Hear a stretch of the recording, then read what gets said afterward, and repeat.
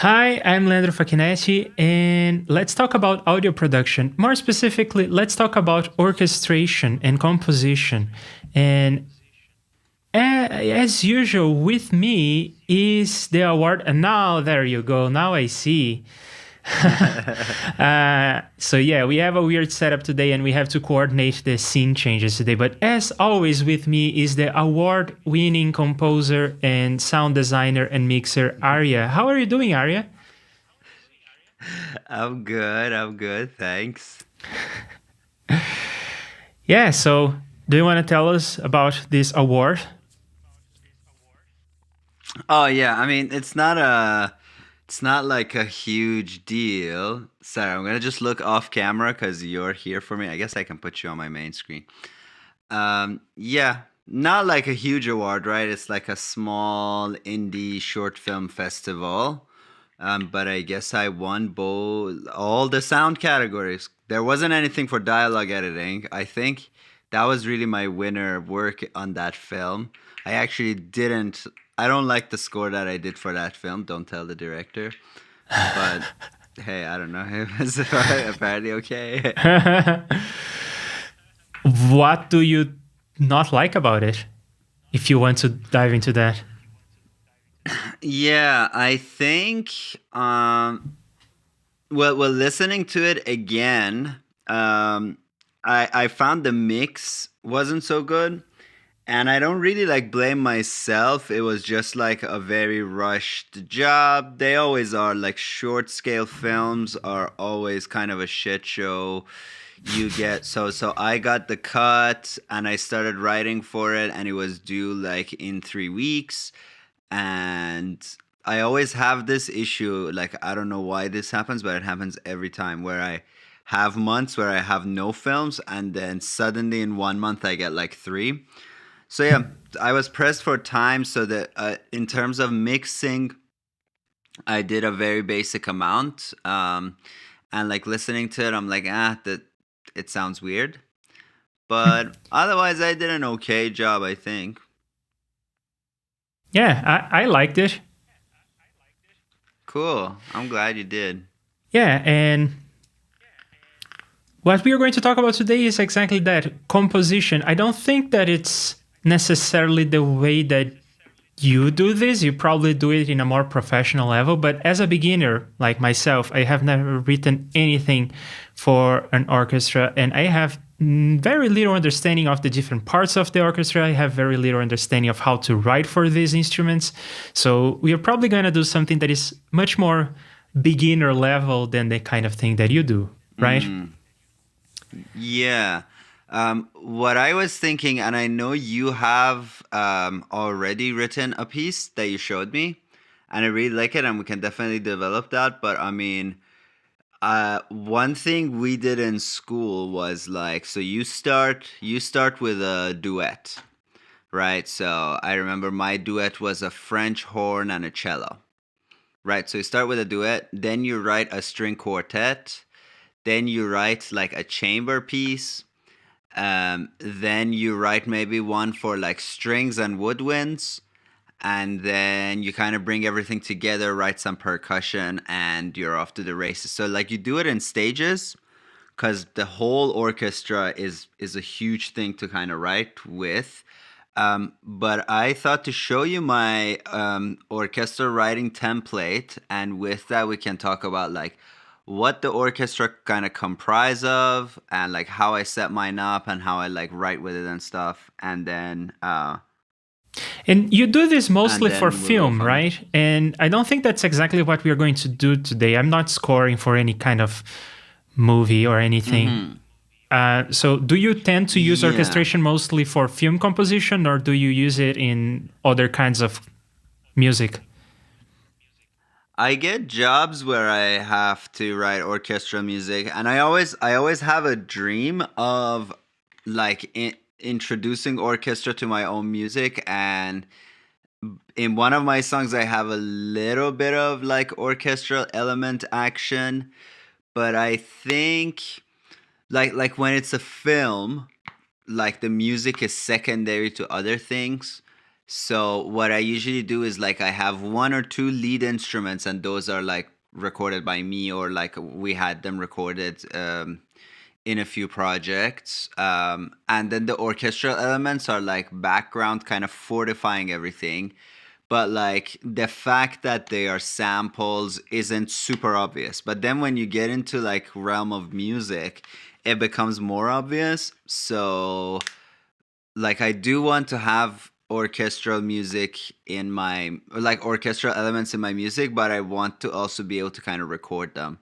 And yeah, but in school I wrote a lot of orchestral pieces for not film. Yeah. I actually find working with videos sometimes easier because it kind of guides some of your decisions. Whereas, like writing music for music, you working from a blank piece of paper, zero data. Um, so like yeah, when you write for videos, it's sometimes a little bit easier just because you're like, okay, well, I have a beginning, I have a middle, I have an end. There is a narrative, there's a feeling, and there's even some things like tempo. Like you don't have to set a specific tempo, but like based on kind of the cuts and like the kind of pace of the editing, you even maybe don't have a choice on that, right? I see. So I always find like limiting the choices makes it easier to write something versus going like blank slate, do whatever you want, and it's like, ugh. Well, speaking of blank slate, I was not happy with the thing I was writing. I just threw it out. So we are going to start from scratch here. You can see Okay, that we have around us a blank piece of paper, which is cool, infuriating. We have to fix that. And but I do have many other questions before we get there. So how did you even get sure. into this in the first place? What drove you to orchestral and to film composition in general? I think just like when we were in my school, in my uni in Turkey, we had a very like progressive program. I think in many ways it's like better than anything else I've seen, including like Berkeley and Juilliard and stuff, because all those places have a very strict curriculum, and ours wasn't strict at all. So you had to take the first year, you had to take music theory, you had to take like 101 of production, but then after that, you could choose your own adventure. So some people went into like performance, some people went like all into production, some people went into like jazz. I kind of try to just take as many things as I want, and orchestration was one of our mandatory classes, like analyzing orchestral pieces and then writing them. But I just found them really fun. I thought that they are super cool, and I thought, I don't know, like writing for the orchestra is very interesting because instead of like when you get a synth, again, it's the same thing, right? Limitation versus full liberty. Like if I have a synth and I can literally make any sound on it with any range, create any kind of texture with any number of um, oscillators, I'm like, what to do? But with orchestra, like you're creating textures out of a limited set of things. Like instruments have limited range, they have limited like envelopes to the way that they're played, and you got to mix them and get something. And with that I found like, oh, I'm more able to kind of like mix a few textures together to get a sound that I like, versus like a synth I'm just like, what to do. Hmm. And how often do you work with musicians, a real orchestra, and how often do you just do it with sample libraries? I always compose without real musicians, which is very common. Then for recording them, I mean, pre-pandemic, it was a lot more frequent. So I had when I was in Vancouver, I wrote music for an animation, and then we didn't record a full orchestra because like budget wasn't there. If you want to record a full orchestral score, like 12, it will cost you $12,000, if assuming that you can record the whole thing in one day. And so lots of people don't have that. But I wrote an orchestra piece and we recorded the main violin, the main viola, the cello, and there was a flute. So we just got 4 musicians together and we recorded those. So we recorded the strings together and the flute in a separate session. And then the other elements were samples. And that really works well. Like your lead instrument, if that's natural, whatever kind of sits in the back can be samples. And samples, samples sound incredible. I don't mean to say that samples sound bad. But yeah, it's based on the budget of whoever it is that I'm working with. Like if they want it recorded for real, they can pay for it and I'll be very happy. And then I did another video game where they took my composition and they recorded all of it, but then they didn't let me have a copy, and I was like, that's sad. Oh, you mean you don't have the master or what? Yeah, I don't have the master because it's in the game, so I mean I can play the game. Oh, it's not that you mean in terms of copyright and royalties. You literally don't have the file. Yeah, because I mean, like I sold them the composition. They had it recorded with somebody else because the company was in America. And I was like, well, hey, like I like to check it out, and they were like, sorry, like we can't do it. And I understand, like there's like legalities and weird things. It's a big company. It's not like one person makes the decisions.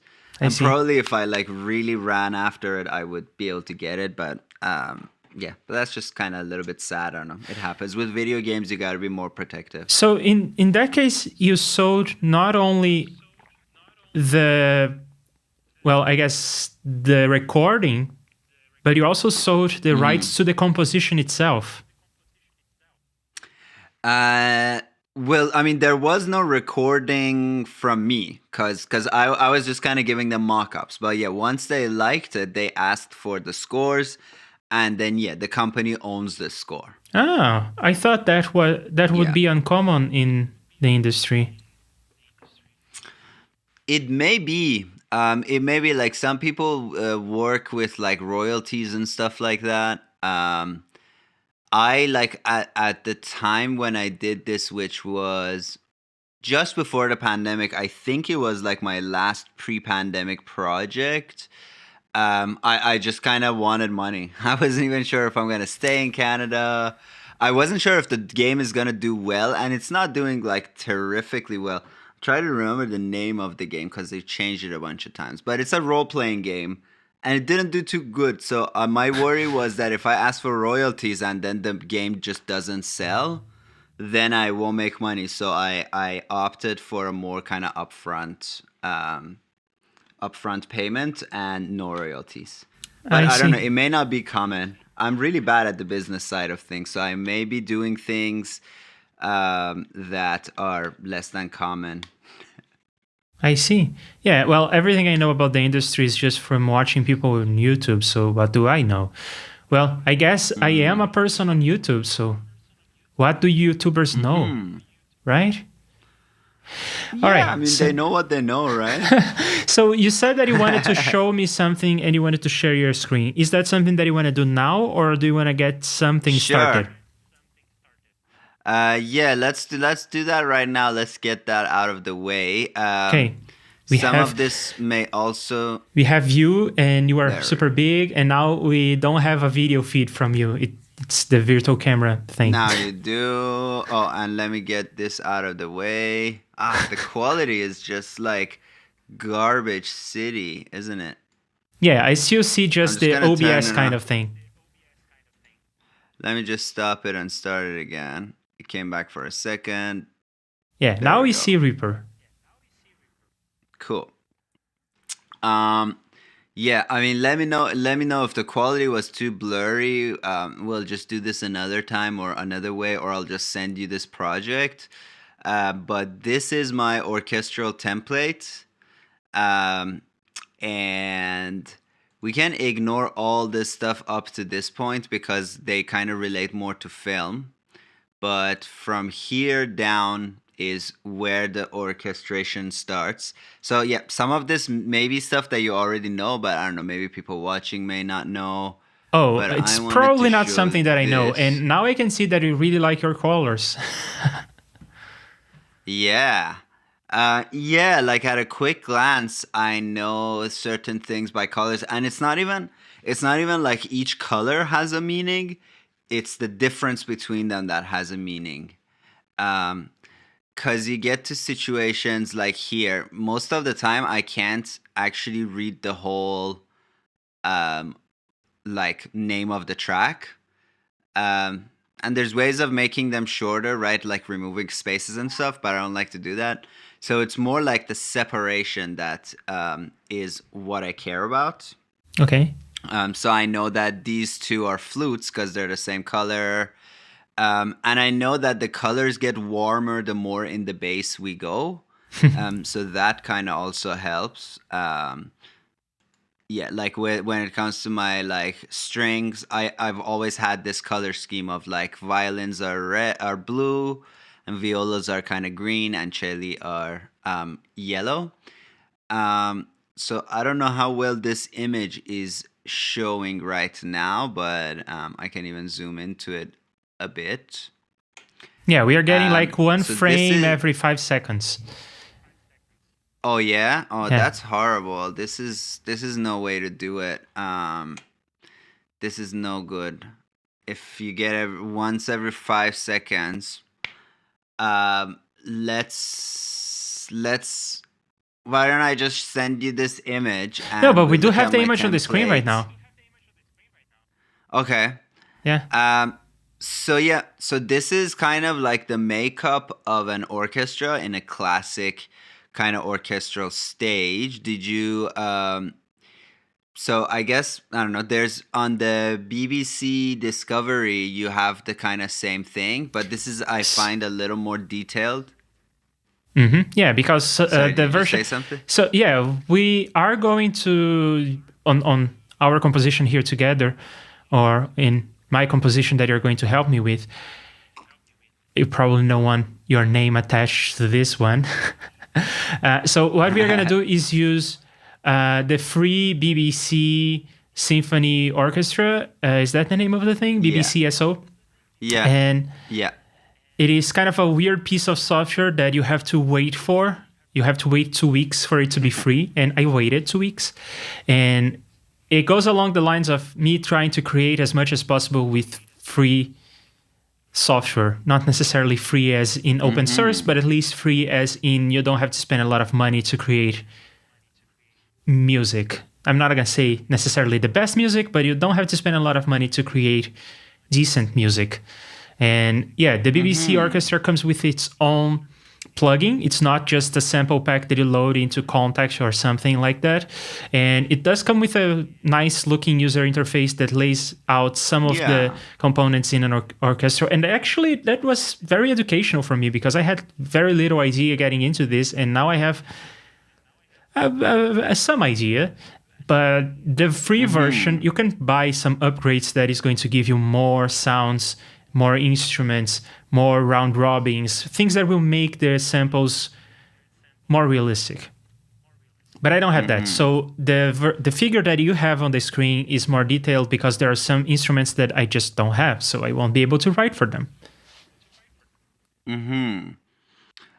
Yeah, and basically, kind of the way you can look at this is like the further back instruments are the loudest instruments, and then as you come to the front, you get to quieter sounding instruments because this kind of layout was selected before any amplification existed. So they or any electric amplification existed, so they had to really just kind of think about how to lay out the instruments in a way that they can all be heard and they won't drown each other out.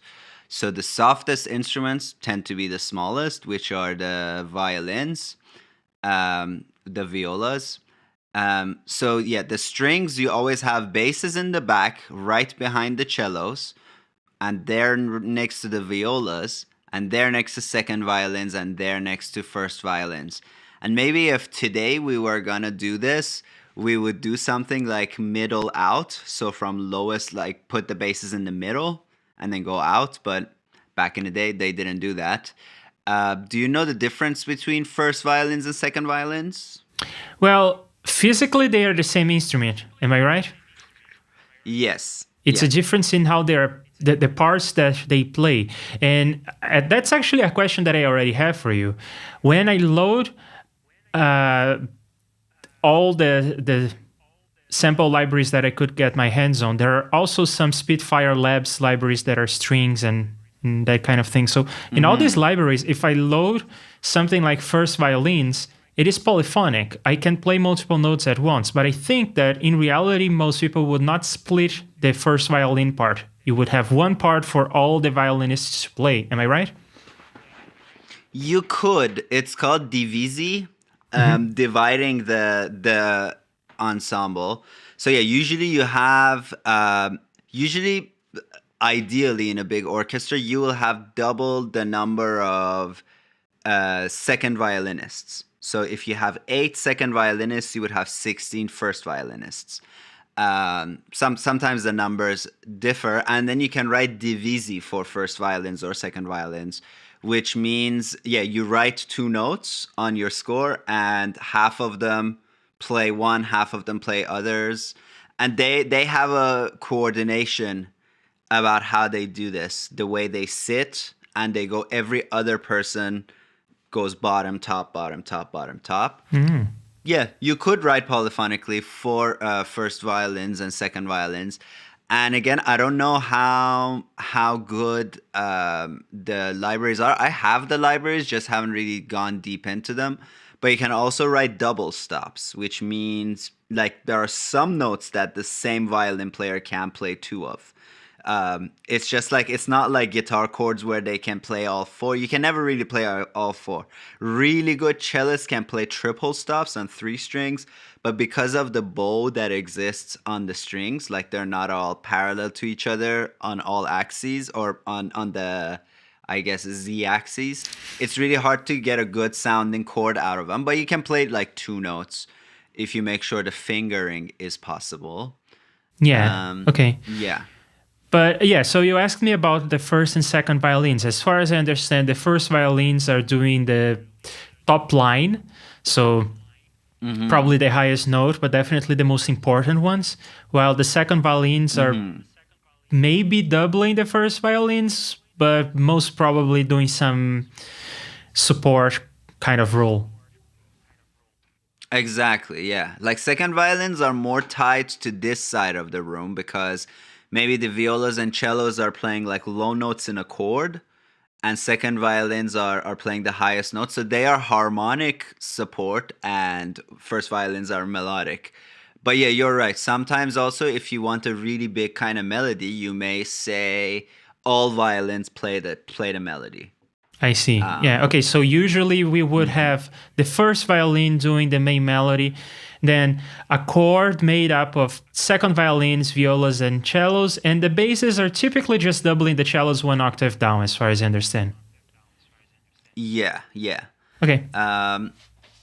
Yeah, classically that nowadays, like orchestration has gotten really free. So sometimes they make basses do weird things, but basses just cause of also how they are, because there's a lot of basses, you usually don't have them play something super duper fast, because that would sound like the differences between where they would bow and stuff, it would make it sound really washy and strange. So you may have a single out of all the basses, which you call the first chair bass, like play a solo, but usually you also try to, so if your cello's pattern are really fast, you make the basses maybe accompanied 1 octave lower, but also maybe like every other note or something like that. You know what I mean? Yeah. You don't have them go like nuts, the basses, usually.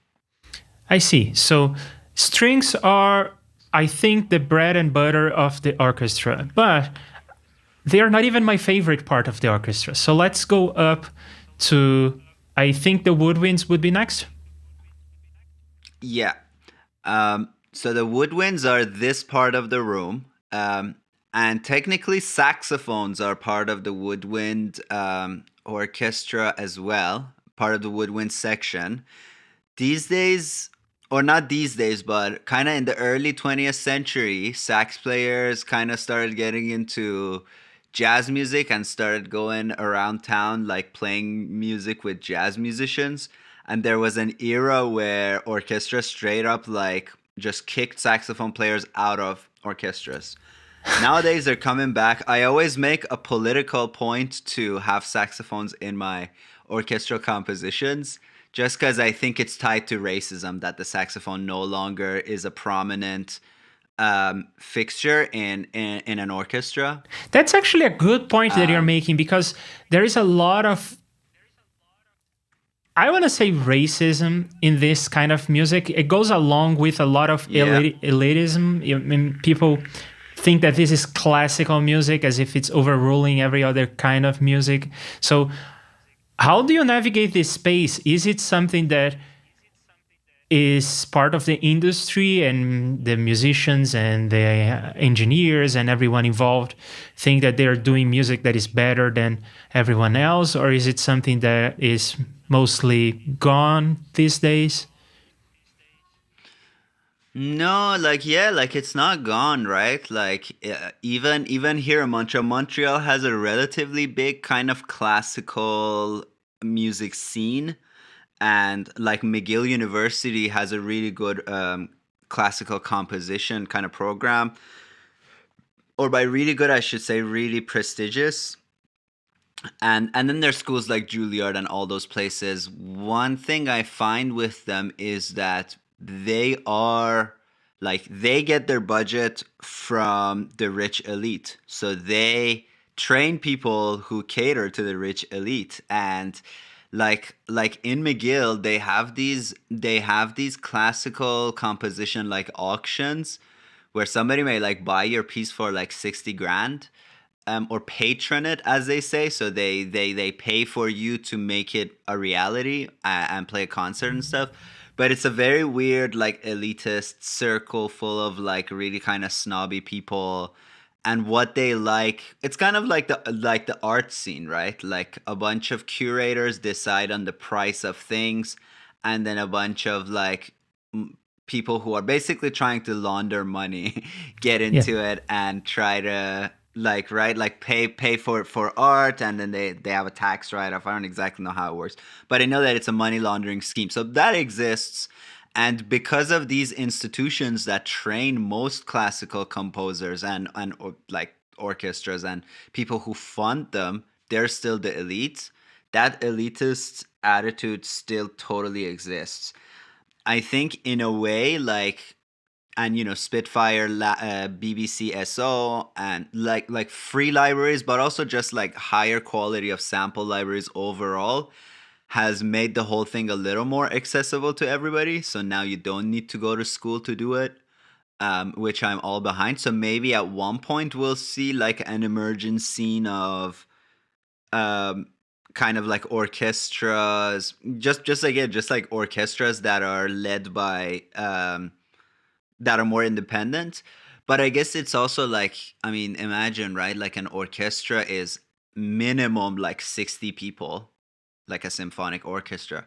So you do need big money to run it, or you need it to be volunteer based. And then, you're limited as to how much kind of you can do with it. But yeah, because you need this big budget and it's a big production team, it kind of naturally attracts a little bit of like that culture of like elitism and snobs and Mhm. people who pay for you who make decisions for your orchestra, right?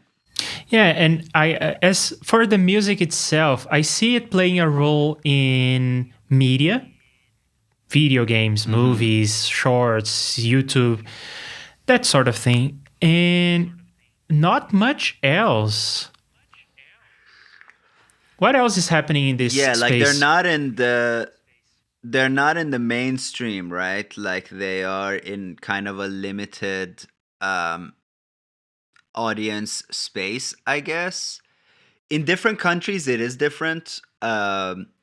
So I think, I mean, obviously, like in Europe compared to North America, there's more of a culture of like going to concerts, especially like countries like Austria, Czechia now called. They do like have a more kind of bustling scene. Um, but yeah, other than like yeah, video games, cinema, I mean, you see them pop up in like advertising and stuff. But yeah, they're not like orchestral music. I wouldn't say is a dying breed, but it's a breed that's like really kind of evolving. And even when it is used now, it's like a real mix, right? Like orchestral scores that are mixed with like synth music and electronic. Yeah, if that answered your question Yes, at all. and what kinds of instruments do you play from an orchestra? Do you play the violin? Do you play any of the woodwinds? I mean, I can play the cello quite terribly, but I can play it. Like I can use a bow. I know how a bow works. Um, but I'm not good at any of them. I'm not really good at like fretless instruments. But if I practice a little bit, I can get like a kind of a basic melody. I can play it. And then with most of them, a lot of the percussion ones I have played, I should say. I don't play them like all the time. I used to actually own a xylophone, and I have played the marimba, I have played the harp. Um, with most of them, I know how they work. So I know like the physics of kind of how they should be played, and I know their ranges, and I know their kind of common techniques and kind of do's and don'ts. Um, that's kind of like what we were taught when it came to orchestration is like this is the range of the instrument, these are the techniques you can use, these are the techniques you shouldn't use, and like these are the differences. But I don't play any of them super well. Like even a trombone or a trumpet, I can get sound out of it. I know how the fingerings are supposed to work in a trumpet, but like it's a matter of brain versus body. Like my body is not up to the task most And of as a the time. composer, I don't think you have to know how to play any of them, right? Yeah, as long as you have this kind of technical understanding, you can write for all of them. Yeah, and it's actually like if you do play, it helps a lot. And most like composers do play at least one thing really really well from the orchestra.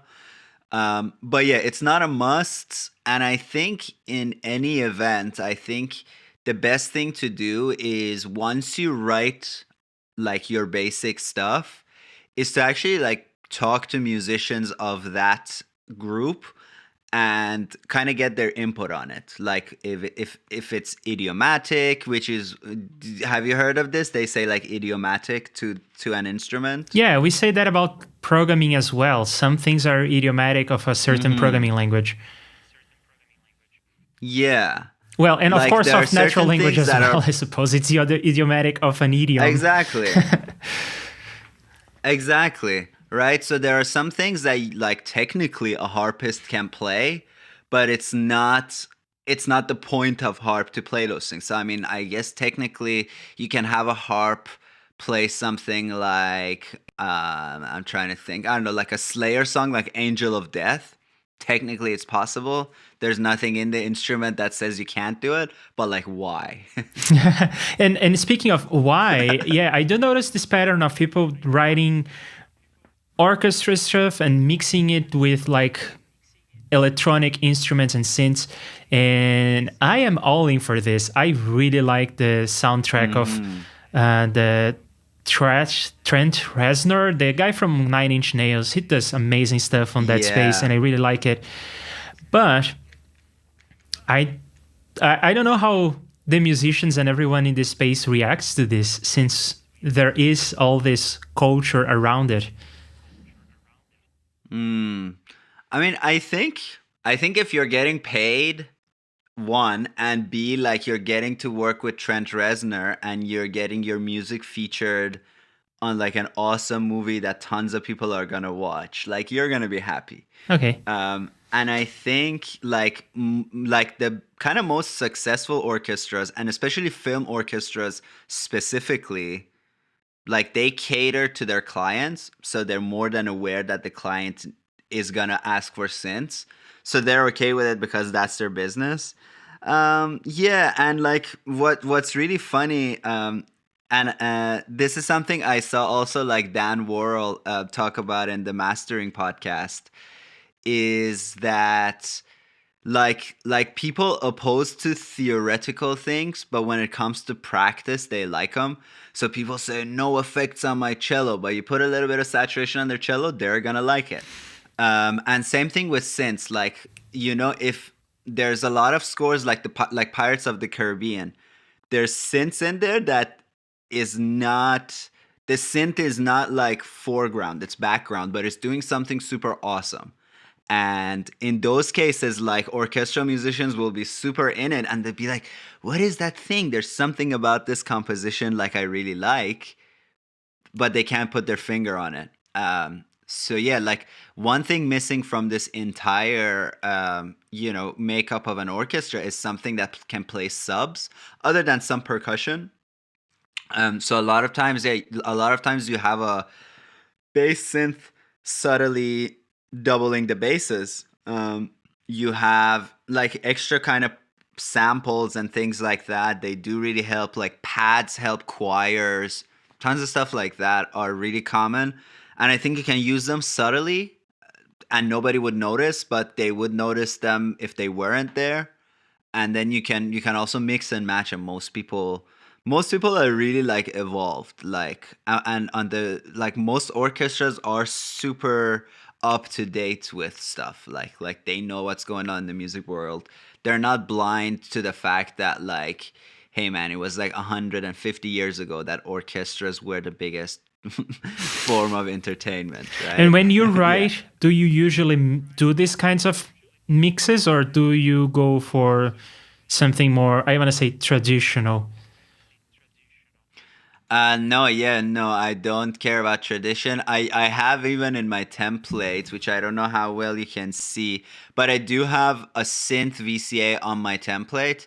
It's Yeah, very small because it's like right here. each time I will use a different thing. Yeah, exactly. But yeah, I do use them. I do use a lot of like I'm totally kind of like open to whatever comes, because again it's like about like making textures. So if I need a subtexture, yeah, any day I will use a synth, or just if I need like like an arpeggiator, it on a synth can work really great with a harp, right?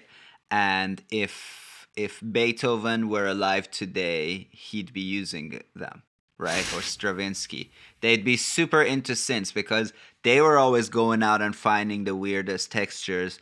Like Stravinsky famously brought back the old bass. What do you call that? Like the bass flute, essentially, which is a really long bass instrument. And he gave it a really lead role. Like they would go and find instruments that were like obsolete or that had fallen out of favor for various reasons, and they would bring them back. That was like their thing. So if they were alive today, they'd be looking for the newest synth texture or the newest kind of type of sound or effect to add to their compositions. They just happen to be limited by technology. Sure. Yeah, so you mentioned before how most or many composers do know how to play one instrument at least very well. And I suppose that in that case, when they are composing, they're writing the most interesting parts for that kind of instrument. So, what is your favorite instrument to write to, or at least to get started? And that's a great question. I think my favorites are the bass clarinet and the cello, both kind of like on the basser side of things. Um, Because you are a so bassist, I think, yeah, primarily, I think, right? I guess, yeah, yeah. But I do love percussion a lot. And again, this is something where between film and non-film, there's a huge difference. With films, most people who go for orchestral scores, they're going for that epic do do do do do sound. So percussion is like super important.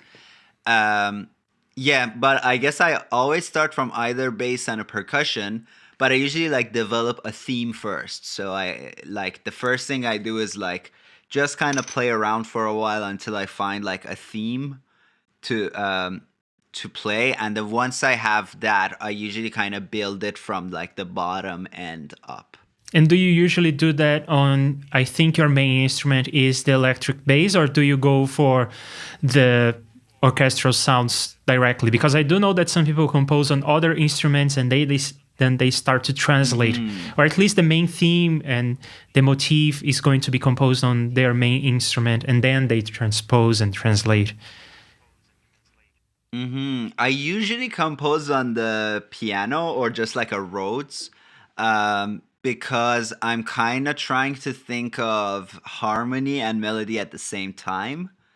But that said, yes, sometimes guitar, sometimes piano, never bass actually. That could be cool, like just trying to find a theme on the bass, because what you play definitely changes what you play, or like which instrument you play changes what you play, right? Yes, that is very much true. And today we are going to write something. It is not going to be all talk. We are going to write at least, maybe not something usable, but we will write something. And I do have a keyboard in front of me, but I don't know how to play the keyboard all that well. I know where the notes are. I know how to find the chords, and I have very little coordination with left and right hand, but I think that it may be not. How well do you have to know to play the keyboard? I think that the MIDI keyboard is definitely the most common way of inputting notes when you're doing this sort of composition in the computer. So how well do you think a person needs to know how to play the keyboard or the piano in order to be able to do that? Or, I mean, is it common for people to draw melodies in, or... Yeah, how is usually the workflow? Yeah, I definitely have drawn stuff before. If I hear something in my head, the quickest way for me is to draw it. Like if the melody is in my brain. Yeah, you don't need to, and I don't know the keyboard too well. What I can do is like, I know all the chords, right? I know all the basic chords. I know some voicings, and I can play like in any key that I want. But sometimes I put like maybe 30% into the keyboard. Like I play the basic chords and I write a basic melody, and then I go in and I like edit that. I know people use their voice, so maybe if you're more comfortable with your voice, that's something you can look into, like writing with voice. And nowadays we can convert them to MIDI, but even some people like do that way later. Like they literally like just start recording and they go boom boom ba-da-da-doom doom doom like they literally do that, and that's actually a great like practice, because even when you go voice to MIDI, like you're still looking for the texture, but like your mouth can do like a lot of textures. Yeah. So that's a great way of like coming up with a mock-up, and then you go and translate those. Yeah, and I guess for anyone, their voice is probably the instrument that they're most comfortable with. Yeah. Right. Okay. So yeah, totally. We were at the Woodwinds. Let's dissect what's in there. We have flutes, piccolo, oboes, and the English horn. Yeah, so these are the, I guess, like slightly kind of smaller ones.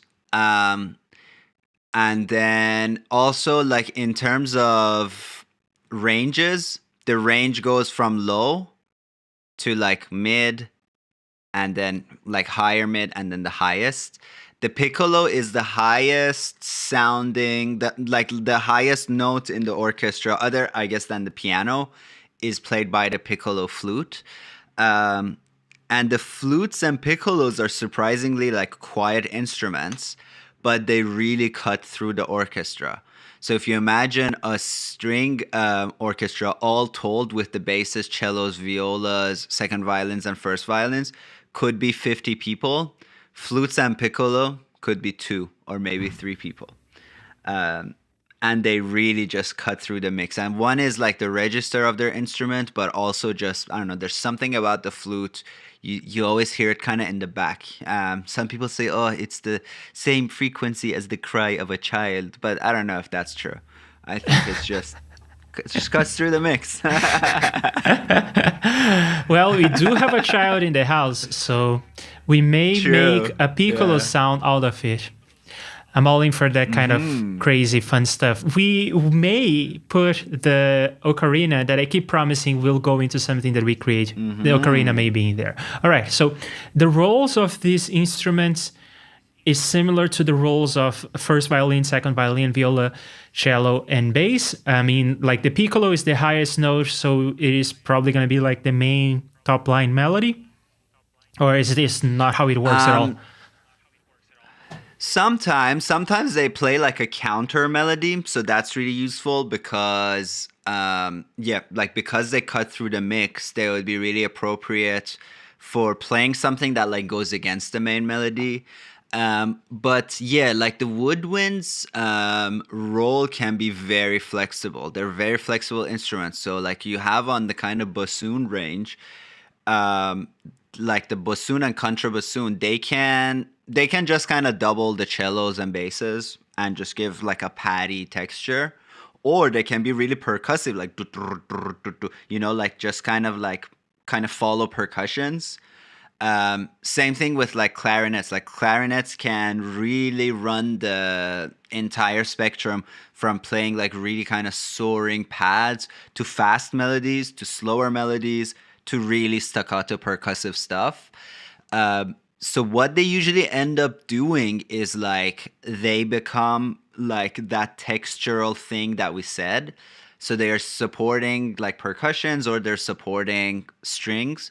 But then there's like a lot of really famous compositions like Stravinsky loves writing for the clarinet. The clarinet also has a really wide range and it can do those jumps better than a violin. So a violin can do some skips, but like if you have a melody that's ascending and then descending in the span of 4 or 5 octaves, it's kind of annoying for a violin to play that.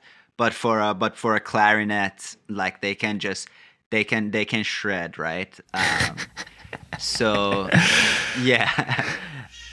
And then English horn, the English horn, I can show a picture of it because I always find the name is a little bit weird, or the name, it may not look how we think it looks like. So this is what it looks like.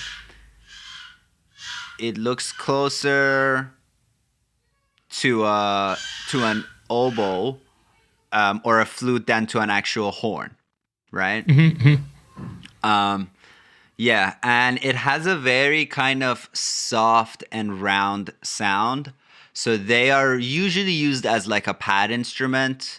They're not very fast. They're like, I would say, medium speed instrument. Yeah. So very rarely they would be like playing a lead role.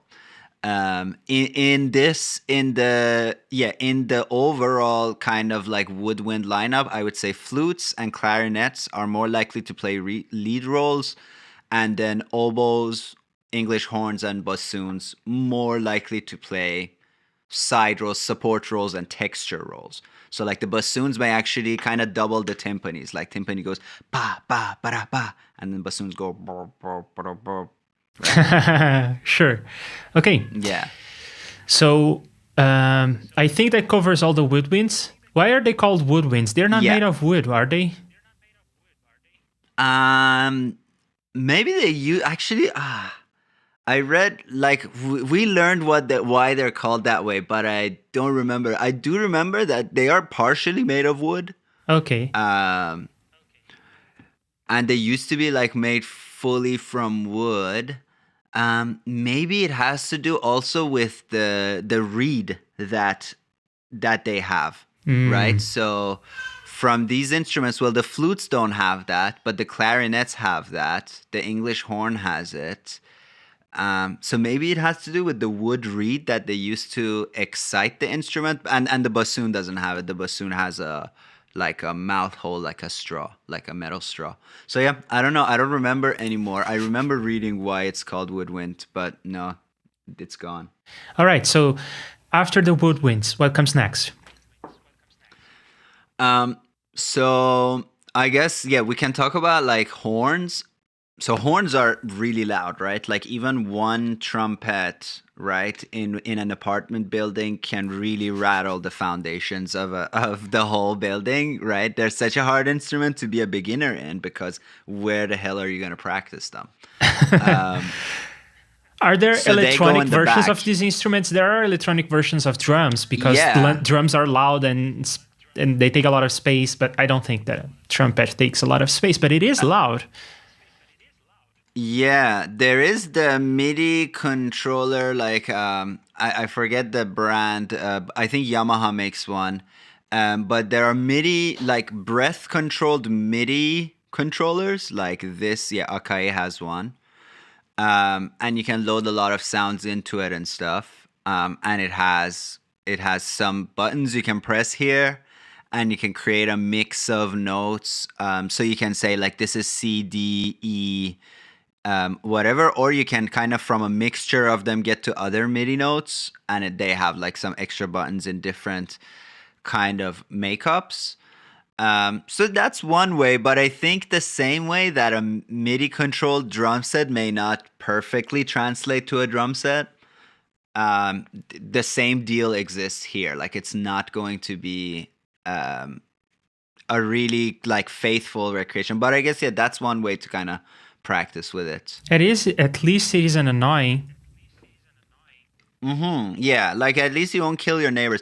And then the other thing is there are this new generation of horn instruments that are made from polyurethane, and they are significantly quieter. I see. They're still like somewhat loud, but they're like singing loudly in your house versus like a horn. All right. So, what is the role of the horn besides being loud? They're like yeah, mostly honestly being super loud. They're like epic, right? So they are really kind of classically used to be epic. Like imagine if you have the whole orchestra going with strings playing a melody, the other strings playing the harmony, maybe the flutes are doubling the melody, the percussions are going, the harp is playing something. All of this is going. You already have such a loud, powerful sound going. So what if you need to go up a notch? You go to horns, right? So horns are really like, in my opinion, and in the opinion of many people, like they should be used sparingly. If you have horns from beginning to end in your composition, it's gonna get like pretty it's just going to get pretty insane, and it's kind of like reducing the dynamic range of the orchestra, right? Because if horns are going, that means all the woodwinds have to play at fortissimo. That means the strings have to play really loud as well. Like you are getting loudness and like epicness, but at the same time you are losing all the bottom detail of all the instruments because they just overpower everything. So they are to be used like kind of sparingly, but a lot of times you would have like a trumpet kind of like playing, especially right because they are like military instruments. Our brains have that connection to them of like, oh, like the trumpet is like the announcement of the king arriving, right? Dun, da, And da, stuff like da. that. So exactly. Yeah. So a lot of times they're used in the exposition, and then they may like play softly or just take a back seat for a while until things kind of start get going, and then they suddenly come back and you're like, whoa. Yeah. The trombones are awesome because the trombones can do like perfect glissandos. They can go from one note to another within certain limits. So they're really expressive in a way that like the bassoon isn't, right? The bassoon can't slide. It can only go brrrr, but a trombone can go bop. And the cellos to a certain extent can do that as well. And then the trumpets, just super powerful, super epic. The difference between the French horn and the trumpet is also how we write for them. So something that's super customary is French horns would play in close harmonic distance to each other. So like you write harmonic bits for horns within the same like octave and a half. sixth intervals sound awesome on horns. And with trumpets, you have a little more range and you can separate them out more. Um, and then I guess one thing that's unique to horns and woodwinds is that where in their range you play really affects how they sound. Like strings more or less sound the same from top to the bottom of the range. Harp sounds pretty much the same, other than like the shortest strings just ringing out less. But here you get like each instrument provides its own texture, but also there's a huge difference in texture between a low clarinet note and a high clarinet note, a low trumpet note and a high trumpet note. So each register inside the instrument is also its own kind of like texture. So they give you multiple textures. Really cool stuff. Love them.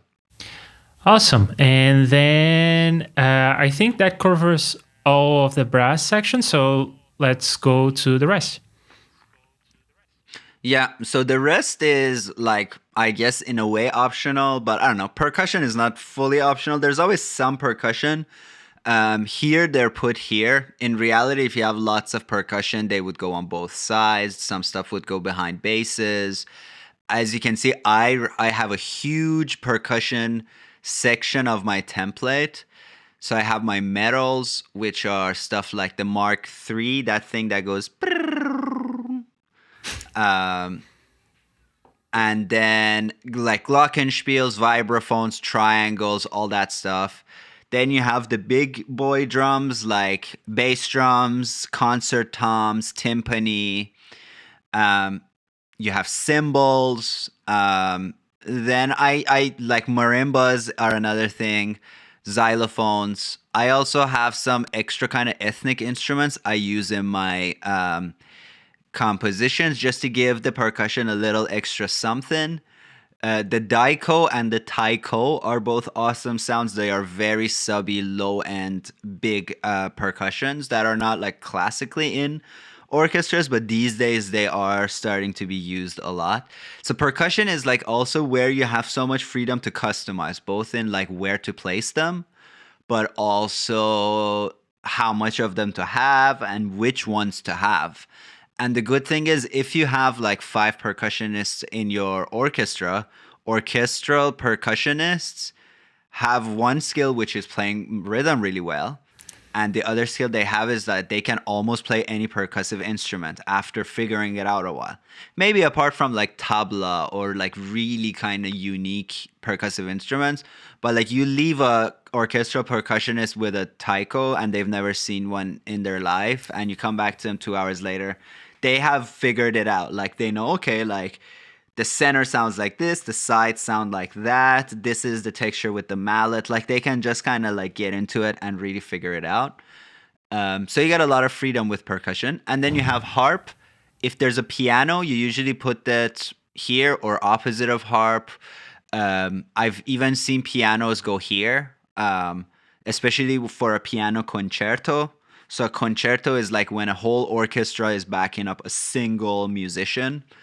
Then you would put the piano here, percussion all over. And yeah, that's basically all there is to it. If there's like synths and stuff, they usually go where the harp is or where the piano is. Yeah, that's your orchestra. All right. Doesn't sound complicated at all. It's just 15 different parts to write. Great. So let's talk about the sounds that you use. And I already talked about the sounds that I'm going to use because they are the ones that are free. And then not only because they're free, but they were also the inspiration for me to get interested in this space in the first place. So yeah. What are the sounds that you use when you are composing? So I use East-West orchestral libraries. And they're like pretty much the only thing that I have a monthly subscription for. They're $30 a month. I mean, yeah, I no longer have Pro Tools. I don't really do any subscription-based like plugins or any other services. I have Soundly, but gladly my good buddy Hans, who's a viewer of this channel, gave me a 1-year subscription to that for free. But I do subscribe to East-West Orchestra libraries because for $30 a month, you get access to libraries that if you wanted to buy them, it would cost you $25,000. So the way I did the math on that a while ago was like, as long as I die in the next 30 years, I'm still in the green.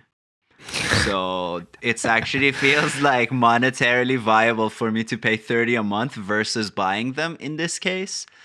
Um, and then as a bonus, like they have some sampled drums, and that's what I use. A lot of people use like GGD or Superior Drummer, stuff like that. I just use East West's drums. They have this software called Play. They now have upgraded to this other software called Opus. I haven't upgraded yet, even though with my subscription I can do that right away. Just because I don't know, I've been busy. But yeah, it's in terms of interface, nothing to write home about, but really good sounding stuff. Key switched instruments a lot of the time. And the way I kind of lay mine out is like I can come here on this one interface and I can have all my woodwinds here and they can like receive from each channel. But I don't do that because navigating this is harder than navigating my own tracks. I can travel between my own tracks like with zero difficulty, and I have my own hotkeys to mute them, solo them, route them. So I just prefer to do it this way. But if I do have, like if I show you my cellos, yeah. So I have, for example, two celli, and one group of them are labs instruments, actually, because I think they sound awesome. And if I bring them online, yeah, we will see that the first one will receive from, oh, sorry, I have a hotkey for this. Oops. And then bring this one online as well. So I have like the first texture, get it from channel 1. Then the second texture, which is tension, gets it from channel 2. And then channel 3 and so on. So for the same instrument, I may load like either labs or play and then send to channels 1, 2, 3, 4. Or in my horns, I have a lot of that, like my trumpets, I think it work like that.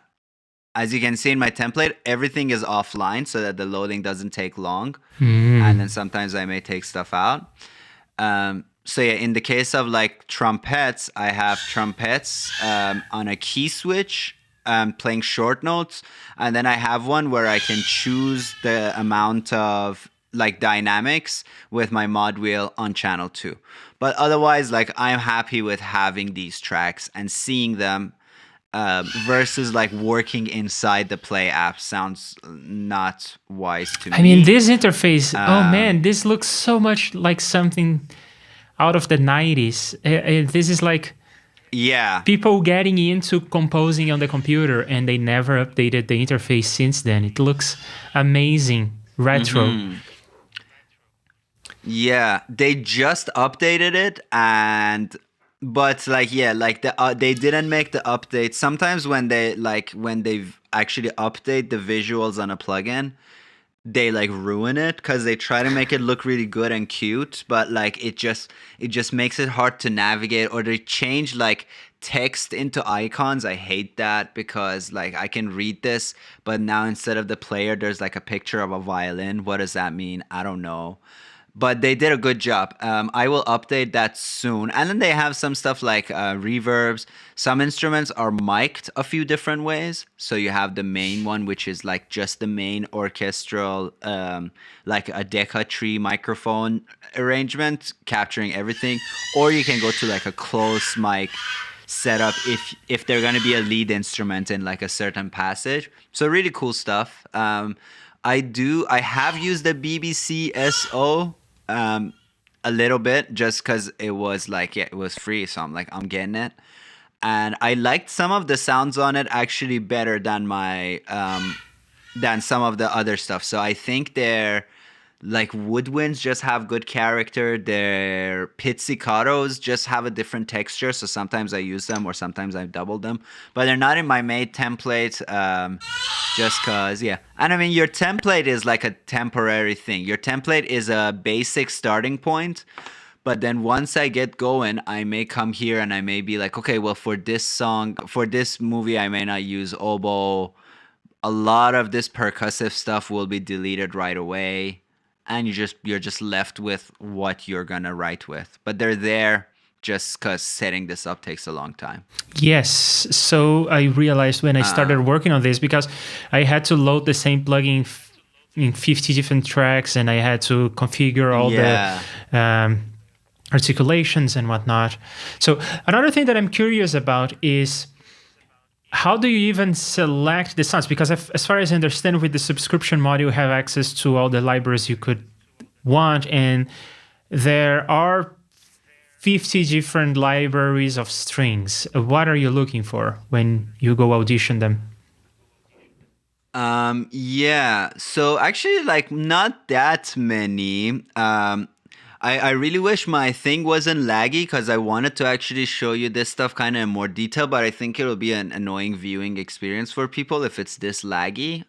So we may figure something out and I'll show you those later. But yeah, like, not all of these are orchestral. Basically, these are orchestral. So the East West Hollywood, this whole lineup, which is 1, 2, 3, 4, 5, 6, 7, 8, 9, 10 libraries, they are the orchestral stuff. And then there's one more as well, which is the Symphonic Orchestra.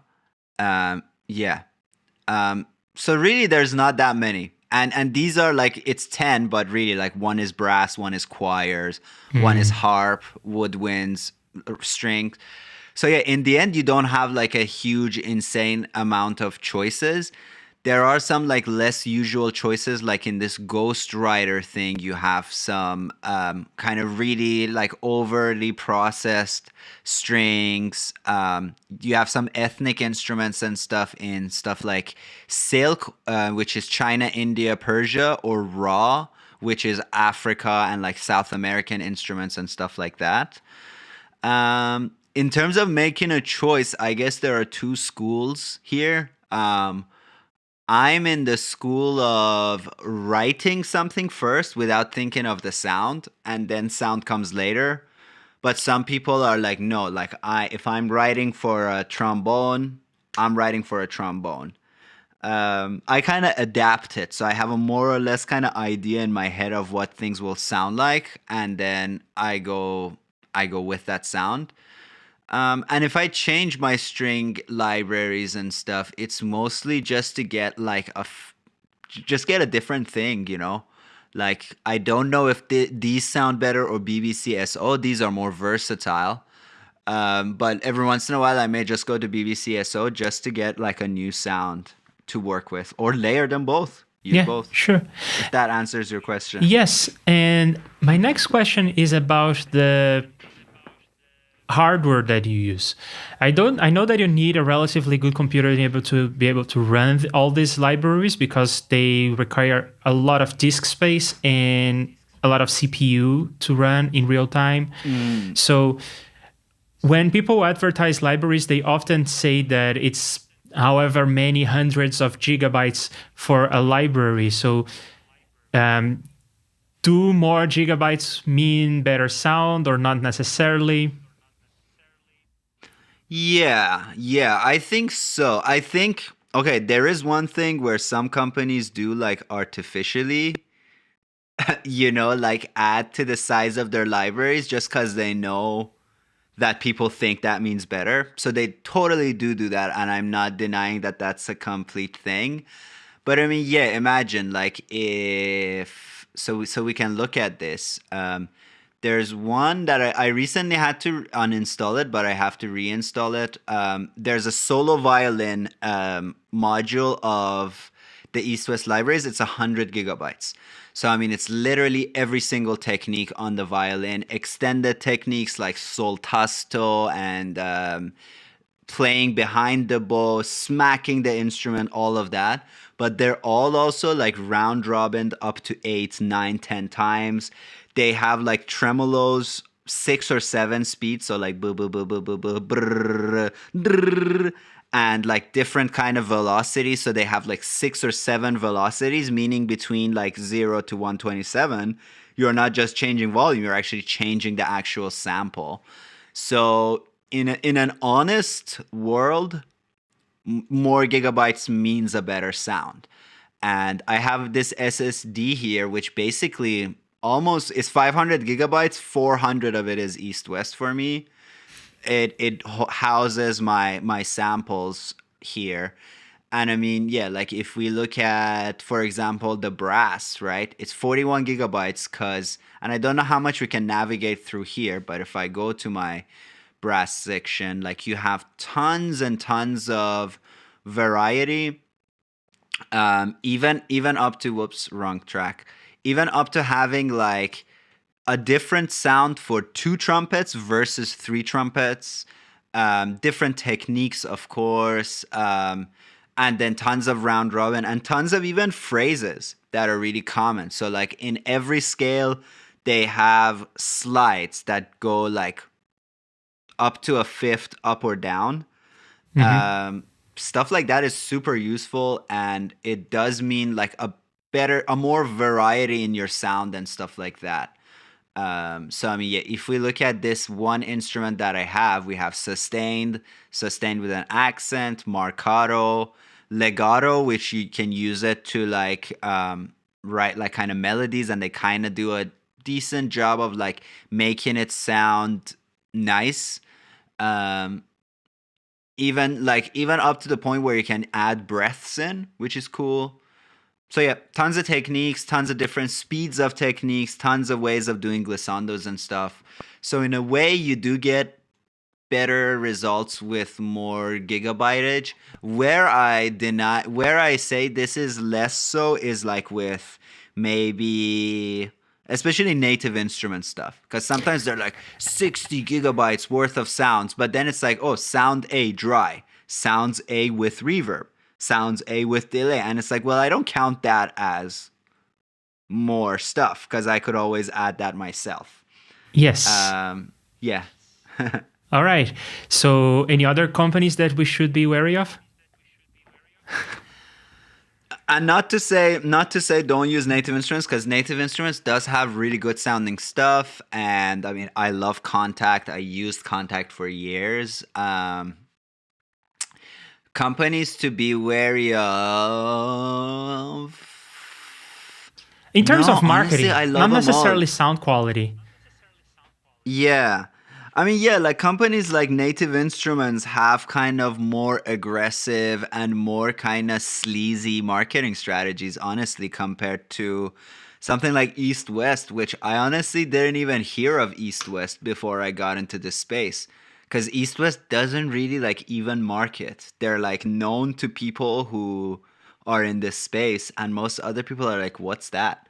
And I was like that. I learned about them 2 years ago, and I was like, hell yeah. I really like their kind of like model of just like, even their subscription model is something that like makes sense to me. If something costs like $900 or 20 a month, to me that's like, maybe rent to own with Splice is a good possibility there. But if it's a price difference like that, I don't really go for a subscription base. But East West subscription base, yeah, like letting you have access to $30,000 worth of stuff for 30 a month.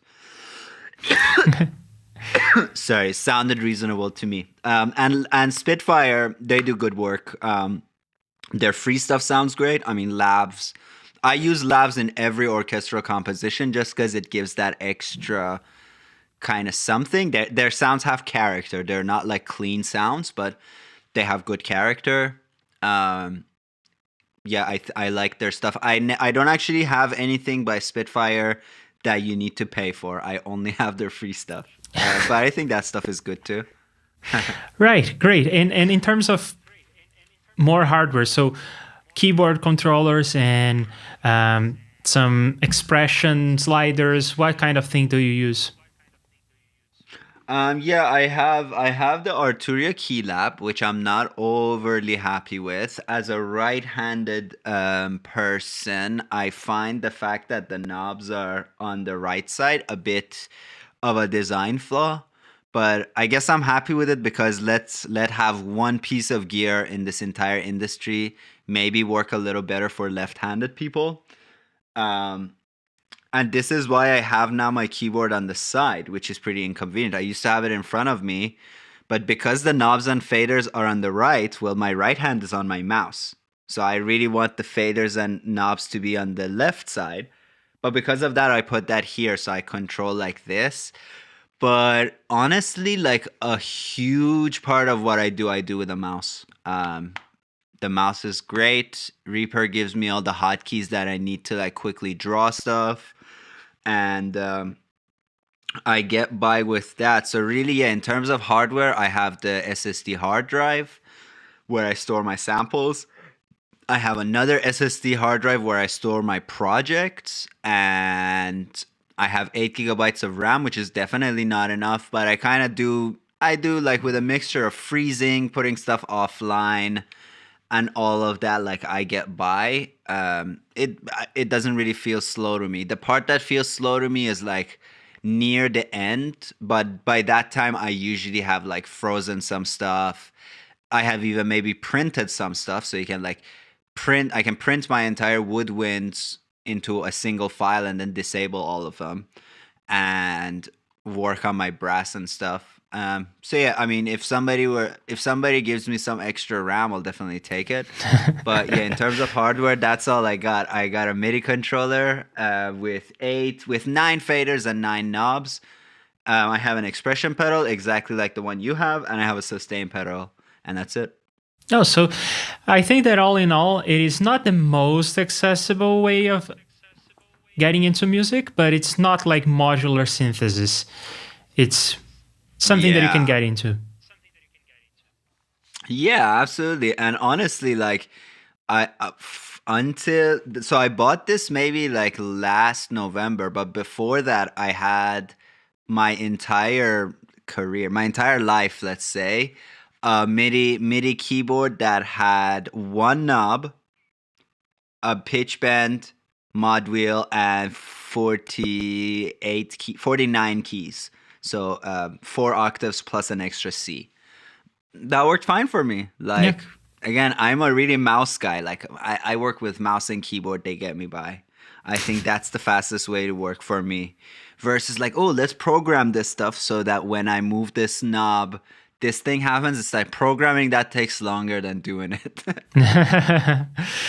Right. Okay. So, do you want to get into trying to come up with something? Maybe you tell me, but maybe a good strategy would be to do the thing that you mentioned. Let's write a duet. Yeah, that could be cool. Yeah, I was gonna show you like a bunch of stuff here, but just because it's slow, let's not do that. Let's switch back to your screen. No, How about you can that? show things. The frame rate is a lot better now. It's still not perfect, and when you move things around that change the screen a lot, we do get a lot of drops. But what is it that you want to show? I guess I wanted to show you. Yeah, no, like what I want to show you, it's gonna take. It, I think it will not like look great because I want to show you like kind of MIDI editing stuff. Like to get into the MIDI editor, but I think it's just gonna be way too slow. Okay, So okay. let's just get into your Reaper and let's do some stuff with you. All right, okay. So, and it's also nice to actually get us going with some actual sounds here. So let's do the camera or the scene switch on your side and on my side. Great. Almost Cool. in sync. Right, so we are going to do a duet. I'm going to bring 2 tracks here. We are going to work with limitations Sure. so that I can get something done. And I'm going to load my library on both. Well, I want to have one track and then I'm going to duplicate the track. So, what is this? Live Scrubber Ducky? What does that do? Scrub me? I don't know. I'm Oh, scrubbing maybe you. it's a scrub. Oh, I've been wanting that. Put some audio there. I think that's what I've been looking for. Let's see. I am going to drop the plugin that I actually want to use. So that's, I guess, another question I have for you. It's kind of a silly question, but I don't know the answer to it myself. I have installed the BBC SO, and it comes in 3 flavors: Audio Unit, VST version 2, VST version 3. Which one should I choose and why? So I mean, I guess I know you know this, but again, maybe in case people don't know, AU is a Mac exclusive format. Um, so I don't use it because maybe I want to give my template to a PC user one day. And as a rule, I use the same thing as much as possible. So I use VST3 for everything. And actually, if we look at my template, some of my stuff may be AU. Like this one is AU. And that's because, maybe when I was making my template, I didn't pay attention to that. So I have to change that at one point. But again, because the whole template is AU, that's fine too. It's really a matter of using the same thing. And then in terms of VST2 versus VST3, VST3 has some extra features, but I don't exactly understand what. But I think the most efficient thing is to use the same thing. Like, so pick one format and stick to it. So if you're going VST3i, go VST3i, and just have your whole project be VST3i. All right. Yeah. So I think I know one of the features that VST3 has that VST2 does not. Well, there are lots of things, actually. I do know from the developer's perspective, I do know some things. First of all, if you want to develop a VST2 these days, you cannot, because you cannot get a license. Steinberg is not licensing this anymore. Second, VST2 does not resize. VST3 does resize. Oh, okay. Well, not with this plugin, because they didn't implement this. Yeah. But a VST2, Yeah. if I remember correctly, a VST2 is not aware of resizing, so you cannot make it resizable. Cool. Oh, yeah, I do remember hearing that. I guess I am wrong. Oh, but you see those 2 lines, like that's part of the implementation of the program. But I think what you're saying is correct in that the VST2 doesn't know if your DAW window is resizing. You know what I mean? Yeah. But those 2 lines are part of the UI design of BBC SO. So in that case, VST2 can resize, but I think it's not aware of your DAW window resizing. All right. There we go. And do you want to play with the live scrubber, Ducky? What do you think it does? Sure. So what I think it does, because one sound I like is scrubbing through audio and then recording that like a DJ. But it's hard to record that unless you go to File and go like what's that? Save live output to disk. So I thought maybe they made a plugin that can scrub, but you can record that scrub. Yeah, cool. That is what it does. Beautiful. And when you stop, it doesn't play the sound anymore, because in a DJ kind of thing, you would scrub and then it would resume playing, but this does not.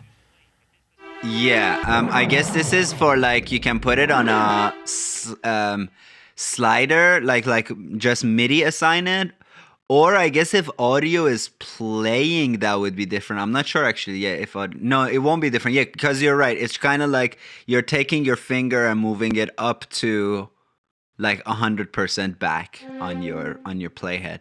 Yeah. Yeah. And let me tell you, this does not sound correct to me.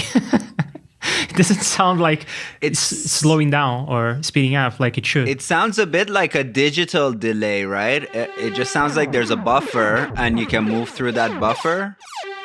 But it's not like incredible, yeah. Yeah, and there is a scrub mode. Okay. And who did this? I'm always interested in knowing. I don't know this person. Brown Bear. Brumbear, never heard of them. Yeah, me neither. Yeah, but comes with repack, so there you have it. Right, so we have sound, but I do know from having watched people on YouTube that you probably don't want to play this like a synth. You probably don't want to play it like definitely not with this many voices anyway, because this is, as far as I understand, a single section. So should be one note, maybe two, as we discussed, but definitely not with extensions and everything. But I do know that when people are playing this, they also play with these knobs at the same time to make it more realistic. So it's not like just, it is more like,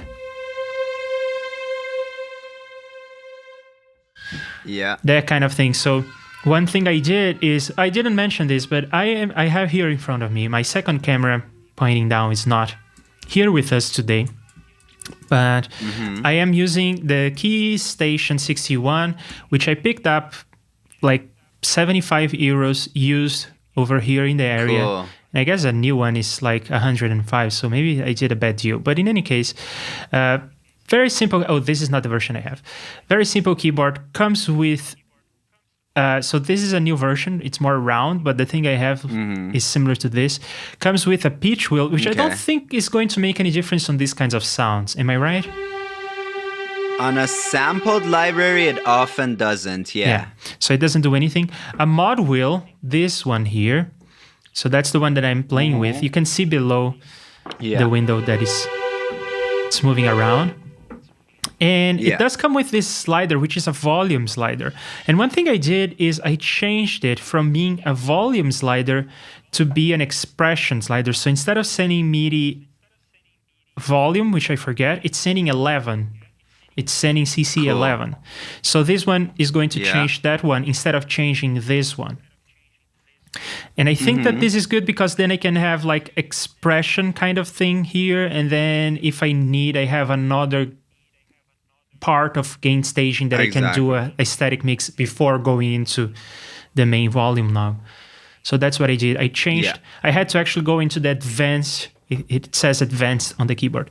I had to go into advanced to change what this little slider here is doing. What this sends out. Yeah. It's not perfect in terms of like, it's kind of awkward to have your hand on top of both of these at the same time, the mod wheel and the slider. But I guess it's good enough. Yeah. And well, now you also have an actual pedal, and it's the same brand, so you can also use that. I guess unless you cut it and did stuff to it yesterday because I had to leave. No, I did not cut it yet. But as far as I understand, the back of the keyboard, the key station thing says, what does it say? I forget. But I think it's like for the kind of pedal that is... Does it say for hold pedal? Yeah. Yeah, I think it is for like just... a sustain pedal. Sustain pedal. I think it is. I don't know, actually. Let's see. Cool. Let's see what it says.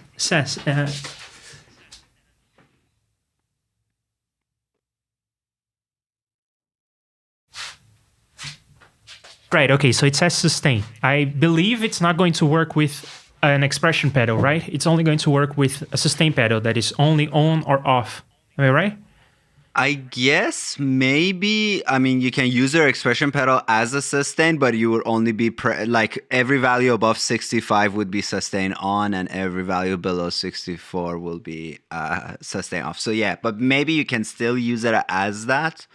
But yeah, like, I mean, what you have maybe is slightly awkward to kind of put your hand on, but yeah, it's what I had as well for ages. One knob. Oh, so you did everything with just the mod wheel, not even this one? Yeah, I mean mod wheel, and I do have that expression pedal, but also a lot of times I like write first, and I do also on a second pass like overdub the expressions and stuff. I see. Really good keyboard player can do both. I can do both, but just, I don't know, my brain works more like focus on one, do the other. I see.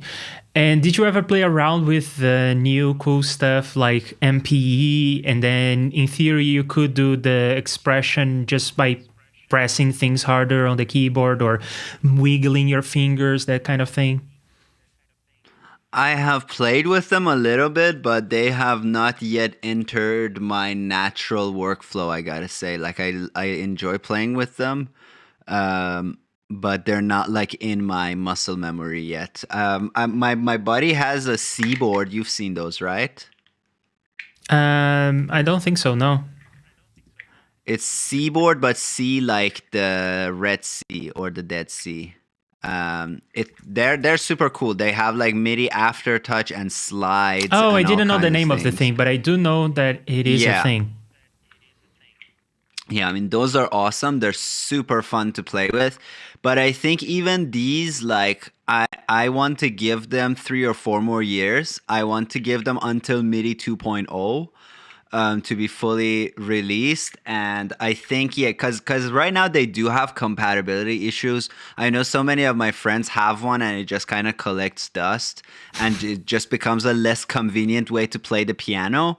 Because it's also a matter of like the stuff you have. Are they actually like made for this to be fully integrated into them? But yeah, they have aftertouch. They have tons of like really cool stuff. Note off velocity, all kinds of slides, and all kinds of cool expressive ways of using them. But I'm just giving them like 5 more years, and for me to also make more money, and then maybe I'll look into that. Sure. Yeah. Okay. So I think that all the setup is here. So we are going to pick 2 instruments. I am going to duplicate this track. And which instruments do you recommend for the duet? I guess for the sake of fun, because you're gonna write a string quartet maybe in like soon. So maybe choose 2 instruments that aren't part of strings. Maybe choose one woodwind and one horn. Just because maybe also, am I right that you're less familiar with that stuff? Oh, I am less familiar with everything. If you put everything on a scale, I'm less familiar with everything in the scale. So Okay. yeah, I don't even know the range. See, I just played the note that is exactly out of range of the piccolo. And when I was buying this, I went for 61 keys, which I think is like not too cramped, but enough, and it also fits my desk. But in any case, do you think that how many keys do you have? You said the key lab, but I think there- I have 49. Yeah, mine is 49 as well. Okay. I was pressed for space, so I'm okay with 4 octaves plus 1C. You have 5 octaves plus 1C, so Yes. that's good. Yeah, and I read online, and people were like, "Oh no, you need at least 88 keys." Okay, I don't need a full piano. I don't know People how. are super weird. I mean, yeah, like 88 is awesome, but also it's gonna take space. So if I want an 88 key keyboard, I have to buy a bigger disc, and if I want a bigger disc, then I need to buy, like it's not a single expense; it's a bunch of expenses together. But yeah, like I mean, again, it's one of those things we were talking to Justin of ReEQ about, right? Like people who have paid for an 88 key, they are convinced that that's what you need because otherwise they have to accept the fact that maybe they bought something too big. Yeah, well, I think that 61 keys is a good compromise. It's not the full length, but I can definitely. Yeah. It's more than I can play. So yeah, let's pick one of Yeah. these guys, and I already know that my favorite is the piccolo. I mean, Okay, cool. it sounds amazing. I really Cool. like this sound. It sounds great. So, can I pick the piccolo? Yeah, right. absolutely. And- And one thing to do with the piccolo, just because we were talking textures, right? Like, kind of play the low range, like maybe the D to the next D, and then compare that to the texture of the high.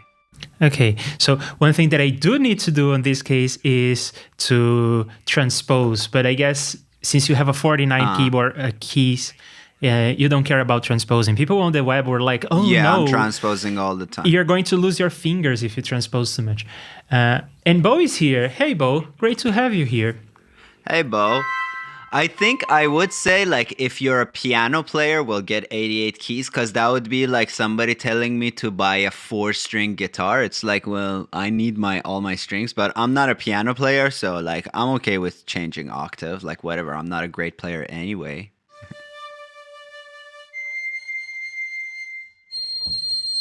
Okay, that is annoying. Ooh, yeah. But around here, this is Ocarina of Time. I love it. Yeah, it's very airy. It's very like warm. And then when you go up, it starts to get like really shrill. And it has its applications, right? Like if you want somebody to be scared or alarmed, like piccolos were great in opera music, because in opera music you had to suddenly get like super dramatic and kind of alarm people and wake people up. One passage of piccolo in the highest range, everybody is awake now. Yeah, I don't want to be that guy. But maybe this. Yeah. But it's too synth-like, I think. In this range. The piccolo is a support instrument. So like maybe the flute could be a better choice, just because your range with piccolo gets super limited. Or even I'll allow you having both and thinking of them as one instrument. No, I agree. I mean, it's close enough, especially if we go up. Yeah.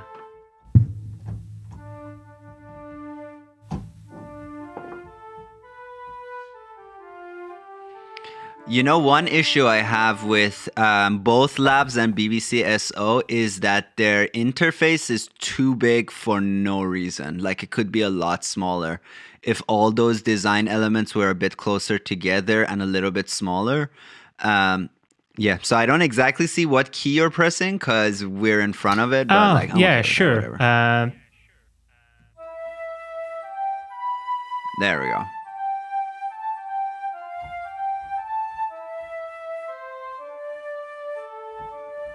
Okay, I think we can work with this. Cool.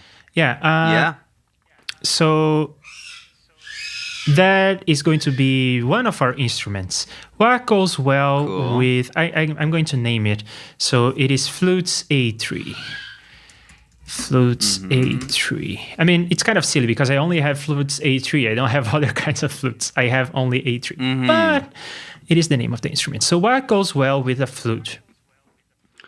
I guess since you have two, right, think of like how can you most extend your options if it's you go with something that's like a different range. You know, yeah. So like, I mean, you can pair a flute with first violins, but then immediately your range gets super limited. So maybe go with something kind of contrasting. And do you think I should pick from the same section or from strings or brass or something? You can choose whatever. Yeah, you can choose brass. Oh, and by the way, we didn't go over this, but we can go over it real quick. So it kind of matches your image. First violin, second violin, violas, cello, basses.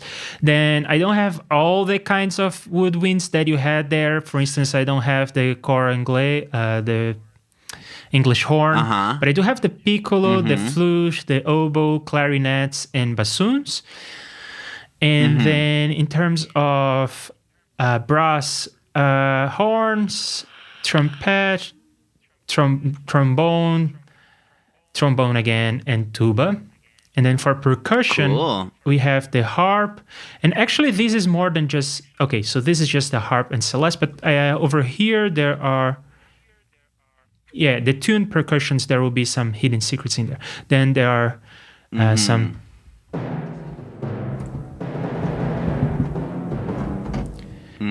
And here we have some secrets in there. So we have many different flavors of these guys.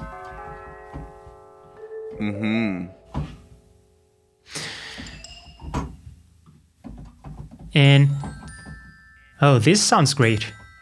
But it doesn't exactly match everything that you had there. You had some things that are not here. And some of the things that are here are in a different position, like the percussion is here at the back instead of being on the side. But this interface along with the BBC SO manual, and just when you put something there, it's gonna say like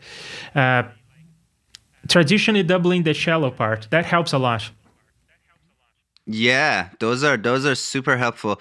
And yeah, like the makeup overall, like on that image that I showed you, where you have the most freedom is the third row.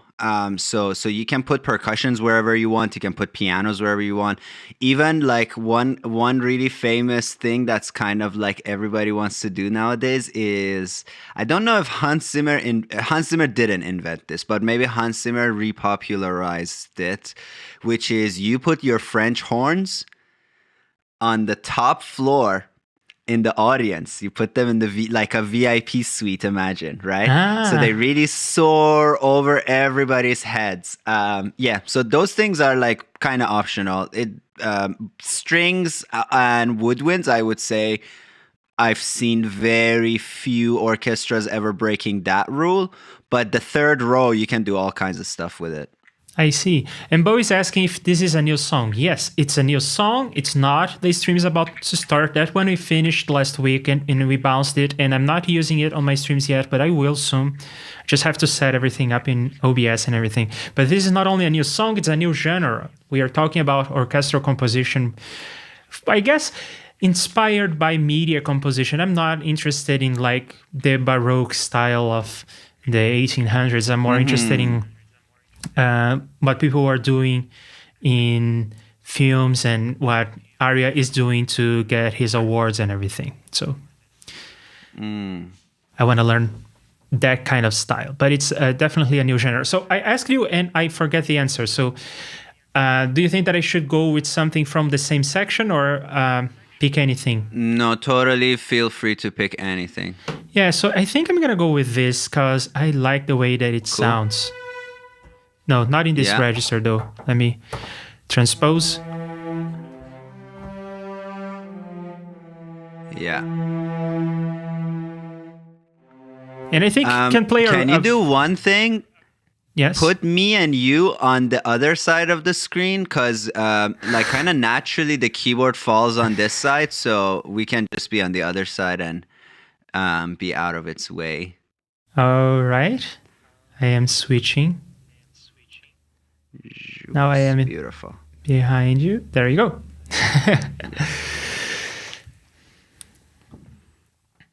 Right. So I'm gonna go with Cello, and I like it because of the soundtrack of Resident Evil 1 on PlayStation 1 in 1996, 1990. I think it's 1996, right? I think so. If I'm thinking about what you're thinking about, I think it's around that age, because I was 6 when it came out, and I was 6 in 96. Yes, that soundtrack is amazing. I really like the sound of that. Do you have labs, by the way, also? Yes, I do. So do you want to throw something from there? One thing that could be cool, I guess, because we're writing a duet, maybe you can choose a cello from labs, because this is a cello section, right? So in a duet, you would have a single cello instrument, just so the sound maybe makes more sense. But if you want to just kind of explore BBC SO, I'm okay with this. No, it's fine. I don't have it installed, but I can open it up. And you can, okay. You can. I mean, I have labs. I don't have all the packs because there are too many of them. Okay. So, is there a single option, or do I have to choose? There is the amplified cello quartet. That sounds great. And then there's also the lap strings. They all sound really good. And what they're useful is that they are like the full section. They're not super like multi-sampled or anything. They're very simply sampled, but it's good if you're like writing a string composition. I like to like write for all the sections and then go and turn those into like take the bottom row and take them to cello, take the middle rows and spread them in violas and second violins. But yeah, for now you can just use BBCSO until you have this. But Yeah, good I'll have it in library. a moment. So, and then you said that the strings are good, so I should be looking for the frozen strings, carry strings, strings 2, synth strings. They're all good, but what I meant was strings and string 2, but they're all great. Okay. So I'll get one of them Yeah.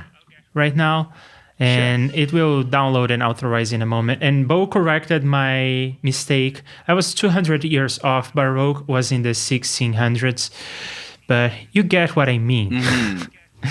Yeah, 200 years ago was the I guess like the classical era. I take issue with like that the kind of 1800s terminology, and but I do understand Yeah. where it's coming from. Yeah. All right, so it's installing the strings, and the difference. Let me understand this. This is like the cello. It doesn't say, but on this one it says that it's 16 violins. So when I play a Cool. note on this one, it's 16 people Yeah. playing. While on this Does one, it say how many second violins? 14. 14. Oh, that's interesting. Yeah, normally it's 16 and 8, but okay, it gave you a little more to make it more epic. Cool. And 10 cello, 10 people playing, but Cool, in this yeah. labs version it is only going to be 4 people. Yeah. Okay.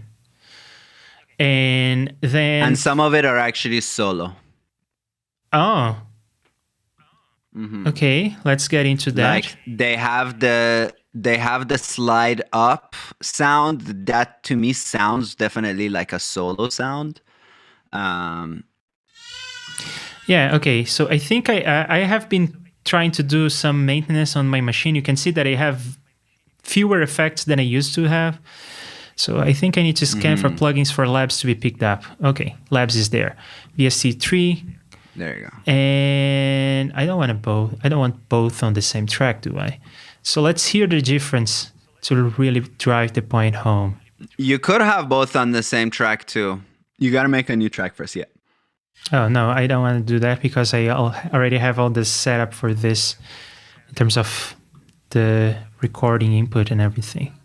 So let me remove. You can just change that to go to channel 2 or something, and then BBCSO go to channel 1 if you want to have it on the same track. Oh, I see what you did. Yeah, you just wanted the MIDI assignments and all of that to remain the same. Yeah, gotcha. Yeah, that's fine. Okay, so now over here, I have the one we chose. And then over here, I have the labs one. And right now I am on strings ensemble. So how about I go to one of these?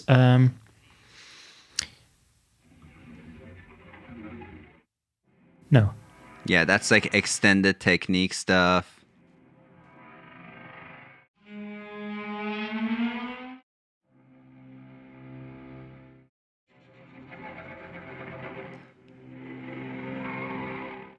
All of these seem the most like normal sounding is tension. Yeah, I was gonna say that most of these sound like novelties. They don't sound like something that you would do like as the basis of a composition. Oh, I think I turned on reverb. They are hard to kind of write with a little bit, but they're not bad. Like I like their sound. Yeah, I don't know. Well, we have now a bunch of cello to basically pick from, so maybe you can do that, or maybe you can just use BBCSO. Did I do something wrong with setting this up? I feel like there's too much reverb on this. Oh, you can change that if you click on that center round one. Yeah. No, on the button itself, and yeah, that's the reverb. Yeah. No, but I think I touched that without realizing it. So let's go over this again. Okay, yeah, it's that one. Oh no, yeah, it was actually like that the whole time. It is a pretty verby sound.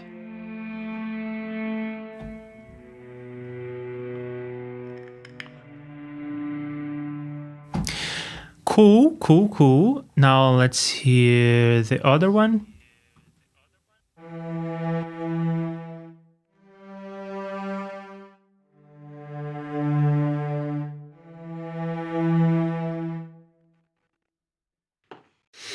And we can see it's more to our right, so that makes sense.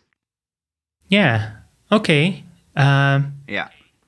From having heard the two, I actually want to hear this again just to make sure, but I think I prefer the Labs one, the BBC one. Non-labs one. Cool.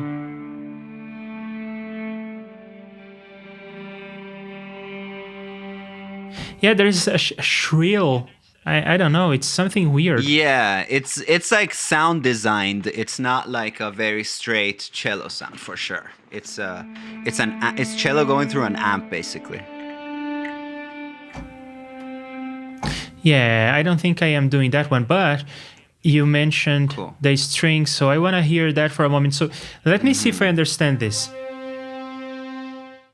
What you're saying is that you load the strings, and then this has a huge range. So I suppose that the reason is I can play stuff low, and it's going to be definitely not the violin playing this part. But if I play something higher up, it is the violin. So I can play chords. Yeah. Probably these kinds of voices are probably going to work better, like when they're spread. Exactly. And it is going to play the whole string section at once. So I can pretend that the strings are like a synth of sorts. Yeah, a single instrument, yeah. And then I can take that MIDI and I can break it apart, or I can play each part on its own. But this is a faster way of getting something that makes sense with the whole orchestra. Is that what you were talking about? Yeah. All right. Yeah, okay. Exactly. And to make it realistic, I have first violin, second violins, violas, cello, and bass. So I have 5 voices total, but typically I would do bass and cello as the same part, or maybe small variations, as we talked about before. And then it becomes really just a bass note and 3 voices, one of which is doing melody. So it really becomes a triad.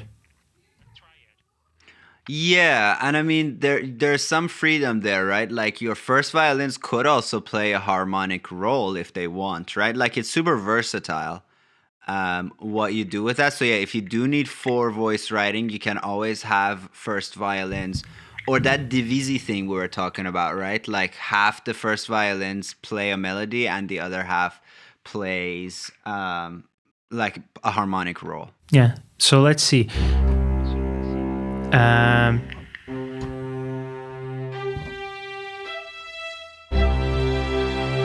So this would be a voicing of a C major using all the bass, cello, viola, second violin. Okay, that makes sense. So maybe this could be a good compositional tool. Or I could go straight into writing parts for the flute and the cello, I suppose. Sure. Yeah. Okay. And then I guess because you mentioned like you mentioned like the classic period and Baroque period. I guess one way that studying those kind of helped when we were learning this stuff is that it is in a way like music went from really simple, strict rules to being like the free, whatever goes thing that we have right now. So in a way, like going era by era, you're again limiting yourself first to a very limited set of rules and then learning some stuff and then adding stuff to it. So in that way, they are useful to study. But if you also want to, like from the beginning, not care about, stuff like parallel fifths rule and the tritone rule and stuff like that, I'm totally behind that as well. I would say that my main interest is writing the kind of thing that people were doing these days. So if you think that it's absolutely essential for me to study all these other rules from the past, then I No. think we can start doing that, and it could be fun to write in the style of some kind of composer or some kind of technique. But Yeah. I have a cursory understanding that people say you should avoid parallel fifths. I have a cursory understanding of the kinds of rules that would go into counterpart and how to write. What is it, the name of the thing? Leading something? Voice leading. Voice leading? Yeah. Yeah. I have a vague understanding Cool, of what that's that's great. about. So I would prefer to skip and go to the modern stuff, I Sure. suppose. Sure. So I guess, yeah, so what do you do now? I guess is like, do you have a theme in mind, something already, or I do you need do to play around? not. But let's play around and check out the Yeah. sounds that this instrument is capable of making. So the range goes from here. That's convenient. That's 3 octaves. Another thing and to a C. set up if you want is retrospective record by MPL if you want. If you're wondering if like, oh, you played something once and it was crazy and you forgot, retrospective record is a good friend. I don't know that. How does that work? You have MPL scripts. Yes, you do. Okay, it's super easy. So first you make a new track. I have it. And then run the action, prepare retrospective record for selected track. Prepare selected track for retrospective. Yeah. Run it. And that's all you can go to the back to free version and stuff. One thing that I noticed is that the thing is still kind of working. I have this for another script that I wanted to try. Remember that that side chaining thing with a single track kind of thing that I wanted to try. And this message popped up, but the thing sort of worked anyway. I mean, it didn't because there were bugs, but it kind of works anyway. So I don't know what's the deal here. Do you know? Well, I bought it just because I wanted to support MPL, but yeah, you can downgrade and you won't even get this menu anymore. But otherwise, I think stuff like retrospective record are also older scripts. They may not have even gotten to the new update, so they may just work. So, but the business model is that there's this various functions that is like an auxiliary library that is used in many of his scripts, and then you're buying a license for essentially the library, so all the scripts at once. Is this right? Yeah. Okay, that makes sense. That's a good business model. I like it. Yeah, very nice guy. All right, but I think that this is going to work anyway, even without the window. I think it's just gonna work. So I guess you can test it by playing something and then running the action dump retrospective tracker log.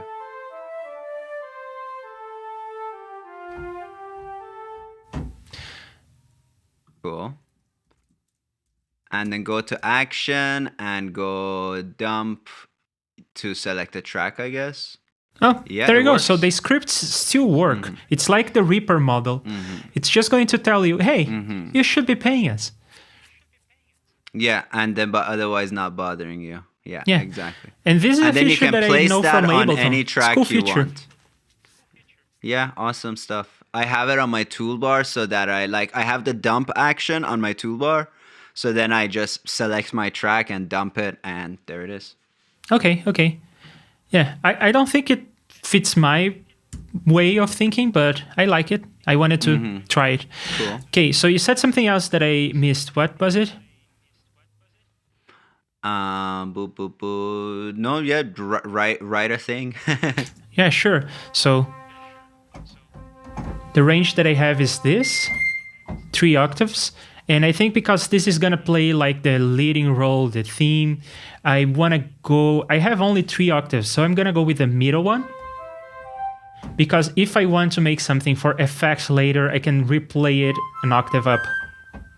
That will bring in energy.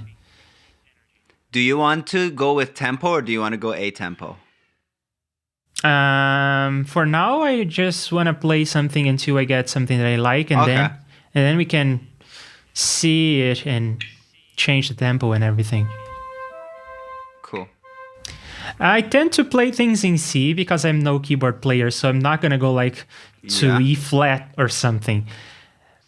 Yeah, but no shame in that. Yeah, but that's another consideration, right? There are some instruments that not only like to play in some ranges, that's the physical limitation, but they also prefer to play in some keys. Like, for instance, a guitar likes to be in A, E, or A, while a keyboard prefers to be in A or F sharp if you want to do black keys. But what are the kinds of the preferences of a flute and cello? So I mean, cello players are super versatile with this stuff, but I guess they are definitely partial to G, because that's their lowest note. And with flute, yeah, again, flute players are really versatile, but the flute reads in E flat, right? So if you play C major and then you're writing a score for a flute player, they will see it in E flat major. And yeah, again, like they can really read anything, but they do have a preference for like for E flat or for A flat. So I guess just one flat from guitar. But also that's one of those things where, yeah, like in university I learned, and nowadays I very rarely make scores. So I don't think about that stuff. And ultimately, I mean, if you give a F sharp major composition to a flute player, they're not gonna complain. They may just slightly be like, huh. It's not idiomatic, I suppose. Yeah. No, it is, because yeah, like keys are free now, so it's not idiomatic. And I think that for this kind of thing, a simpler melody is going to work better. I don't want to do something too crazy. Also, probably wouldn't be able to come up with something crazy, but I think that something simple, and for doing something epic, I think that big intervals will work better than in something like it. That could be silly, but and I hope that that makes it. Well, you said it makes sense because all the notes in the flute are just right there in your fingertips. It's not like going over the fretboard. And I'm not gonna go with E flat. I could transpose everything using a MIDI Exactly, effect, but I'm gonna go with A. Cool. And it's gonna be minor then, because then I get to play with the white keys.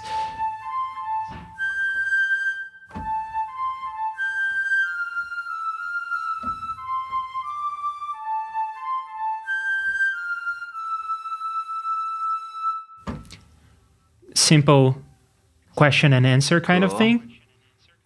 Yeah, you already know those phrasing things, so that's really helpful. Yeah. Well, I have written songs before. It's just a new genre and new instruments and a keyboard. So yeah, I'm not comfortable doing this.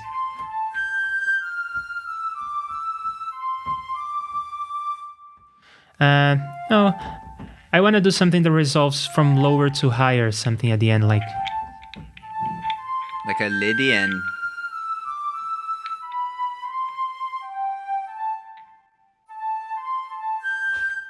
I do like this bit. Cool.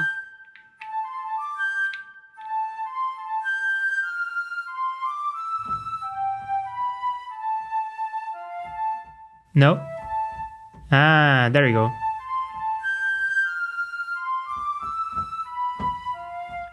No, let's put an E there.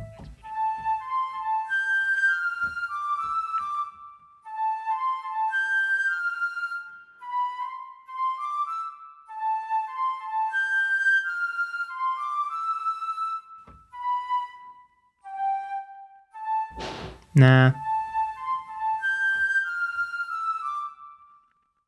Too basic.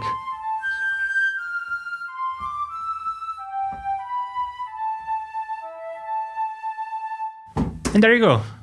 That's nice. Lovely.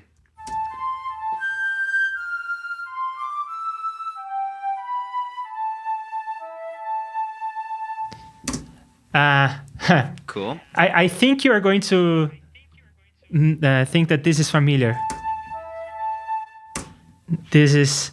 I mean, it's a very common like resolution type, It is. right? It's super Like a common, of course. root, Yeah, just going to the fifth and dominant back. root, yeah. But with this timbre and I haven't mentioned Ocarina of Time before in this stream. I forget which one of the songs, but it definitely happens in that soundtrack. Probably in several occasions. Yeah. So yeah, let's do it again. Yeah, I mean, like, this is like a line, right? Like, or this is like a word, right? Da, da, da. So you'll see that word in many books, but each book has a different story. And I think I need some kind of question and answer. So the question is...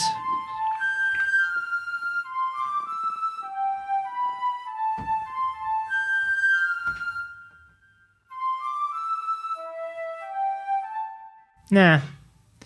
I don't like the question. I'm not sure about the answer.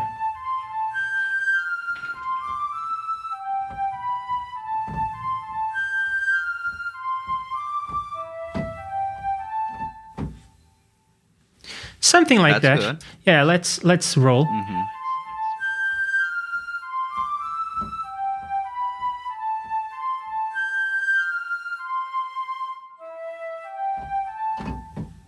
Nah.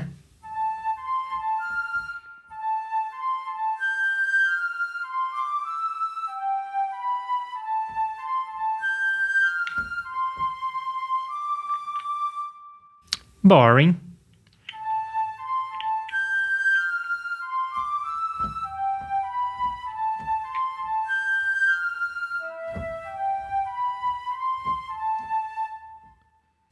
That could work. Yeah, I like that.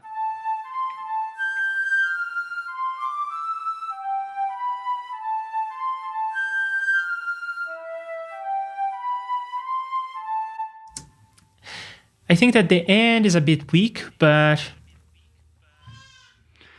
You can also take this and edit it. So maybe the end part could be like do da da da da, like changing the rhythm but keeping the notes, all kinds of stuff like that. Yeah. So that's are what on I the was gonna table. say. We can always, now that we have something, the page is no longer blank. We have 2 tracks and we have a MIDI item. I mean, look at that. We can like pick the tempo. So I think I have something that goes like. So we are around 100 BPM. I'm gonna go with 100. Yeah, classic. And now that I changed the tempo, but the thing is here, it is going to be off tempo with what I intended because it stretched it. Well, it would have been either way because you didn't know what the tempo was. You just played something. So now it slowed it down, but it was never on grid to begin with. But we can massage it. Oh, I need a click for this. Can I have a click, please? I can barely hear you.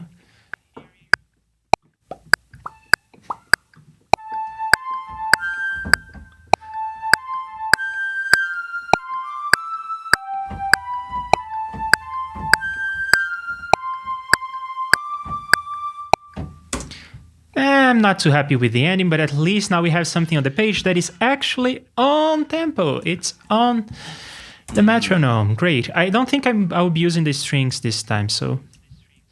Cool. Yeah, now let's dive in here and try to polish this into something workable, and that will be that. We will have a theme, a motif, and then you're going to assign me homework, and we are going to wrap it up. Cool. Right, so first of all, I'm not a keyboard player, so we probably need some quantization on this, right? Yeah. So I just select all notes and quantize using the grid, but definitely not 100%, I suppose. Cool, yeah. Okay. Select the notes and start and end, and I think that something like this should be enough. Cool.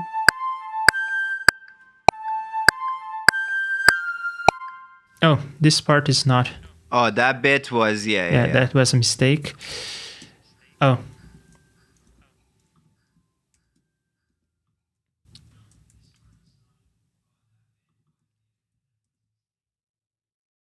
I hear they stream delayed. My wife is showing the Yeah. stream to the baby on the TV. Oh, okay. Oh, got it. Yeah, Yeah. I was wondering what that is. Hi, baby. Hi, wife. I'll be back to you in a moment.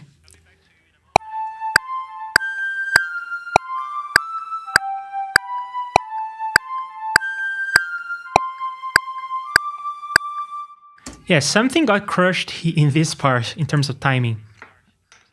I think it's, yeah, first note of measure 2, and then the second note of measure 2 is starting too early. So it's like da da da, but it goes da da da. Yeah.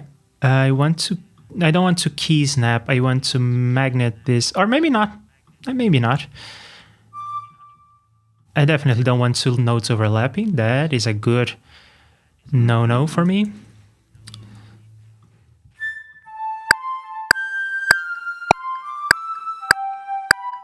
This is also wrong. And then that's early, yeah. And then everything else looks okay. This probably needs to hold a little bit longer. And then I have a weird tail there. So Another thing that could be cool is, like, as an example, the first two notes of measure 2 could be staccatos. To give the flautist breathing time, so it's like do do do do do. But also, like, kind of like one thing, yeah, you do with flute is flute can change expression and dynamic types very quickly, so they can play like legato and then quickly staccato, a couple of double tongues, and they love doing that, you know. And also breathing time, so they can go doop doop doop, and then they catch their breath, and then go to those measure 4. They just gotta like play for a measure, right? And if you're looping this, like, you gotta give some place to breathe. Okay, so let's go over this again to see if the timing is correct, and then we'll do the articulation. This note should extend to meet the other one. I think there's a way for me to select everything and say legato, and then I can pull in the breaths, right? I think the action, I don't know if the default is Command and L, but it's called force legato at the action. Okay, so if I make everything too short, that's not how this is working. How do I make everything too short? Just make sure the icon only has one prong, not two, yeah. Like when you hover your mouse and cursor changes, if you're between two notes, it has two sides, so it's moving the two notes. Yeah, there you go. So you said that the keyboard shortcut was what again? Command L? No, that's not that. Okay, it's not a default. For me, it's command, but it's called force legato. Oh, it's not in the main section. It's in the NVIDIA editor. And then set make notes legato, preserving note. Oh, sorry. Set note ends to start of next note legato. The last action there. Oh, okay. I don't know where I got force legato. All right. So now I have it at L, and then Cool. I can draw in the breaths. So I think it would be like bam, ba, ba. No, that can be a phrase. Yeah. I was just trying to reason about it, but yeah, it's bam, ba, so you breathe here. Exactly. And you said that to breathe, I would make these notes staccato. Is that the term? I mean, yeah, and not only to breathe, but just to make it a little like little flute-like, right? Do do do do do ra pa pa da da.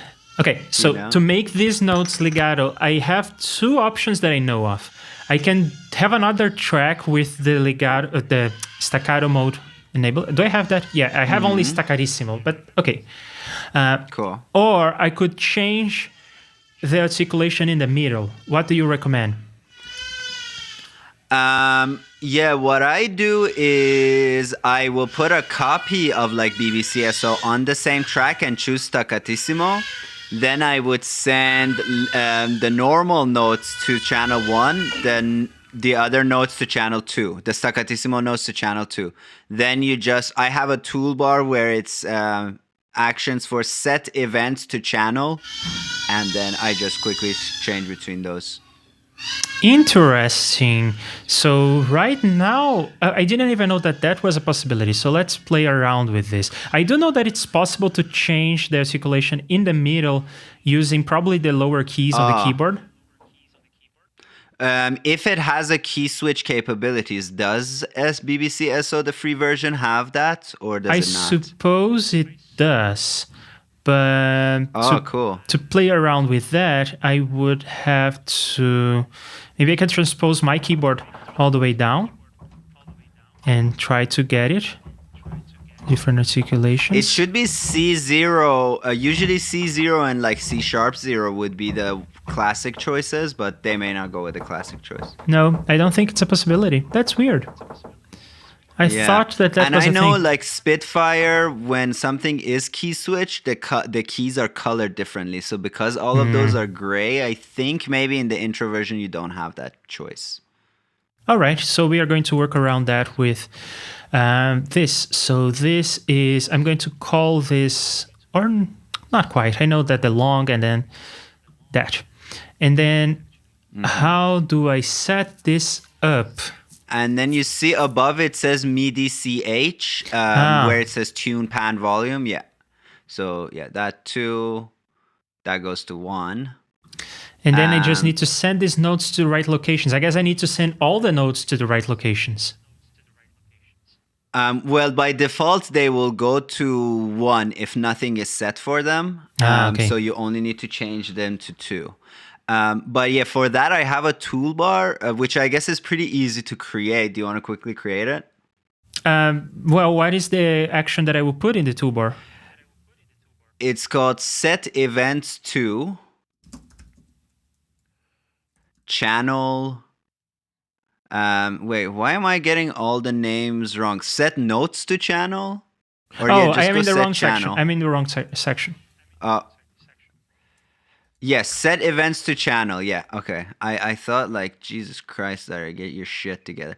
So I have that for like 1 to 16 basically on a toolbar, or you can have it like 1 to 8 or something. So you just highlight the notes and you send them to that channel. I get it. Okay. So right now I'm just going to do it like this, and then later I will figure out if I want to have a toolbar or probably some keyboard shortcuts. I don't know. In any case, do I have any kind of visual indication that this happened? If you want to have that visual indication, click on where it says velocity on the bottom, and you can set it to channel. Because you already see your velocity values from your velocity tab. So that could be a way of doing it. Okay, is this how you do it? Or do you have some other setup? I don't find that I need to see it, because like by the time I have set those, I'm so familiar with my melody that like I'm good. Okay, but let's hear this staccarissimo. Sure.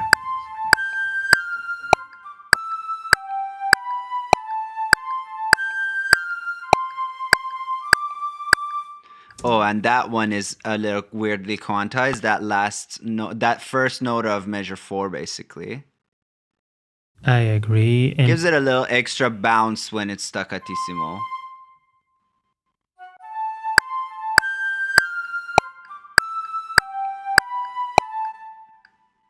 I don't know, it sounds kind of weird, but maybe if we put some expression in there and massage it a little bit. And also I want to do something about this answer. I mean, this answer is so freaking boring. I want to do something about it, but maybe that could be my homework, to come up with a solid motif. And then next week do that. Okay.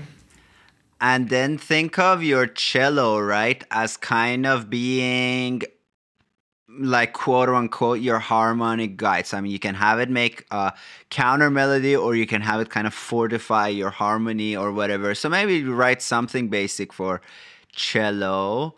And then the other thing I would say you can do is to kind of think of an out like a overall outline, like a rough outline for the composition. So like you don't necessarily need to start with your theme, right? It could have an intro and then the theme comes and everybody's like, whoa, right?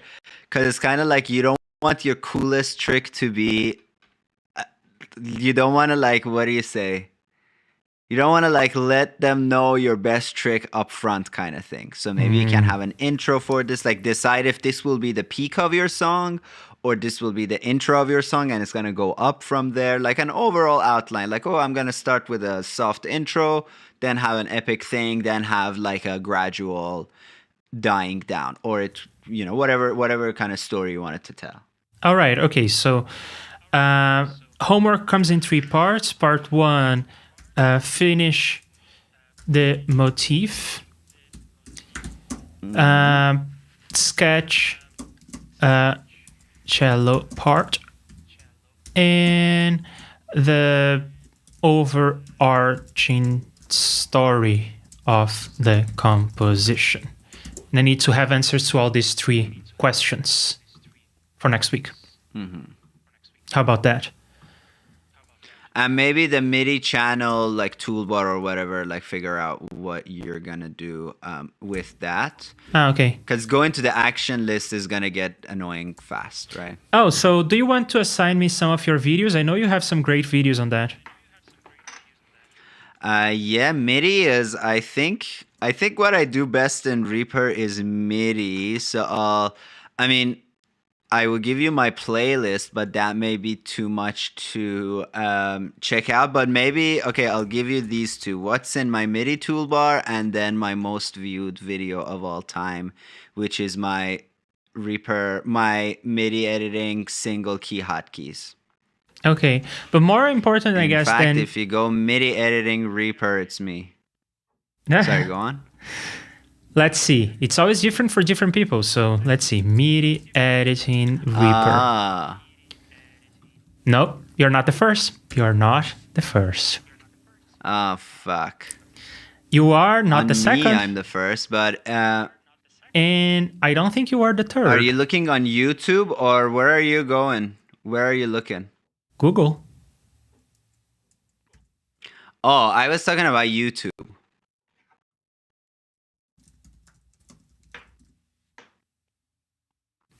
You are not the first. Wait, do we have a chat here? I'll put it in the chat of the stream. How about that? I don't think you will be able to paste a link there.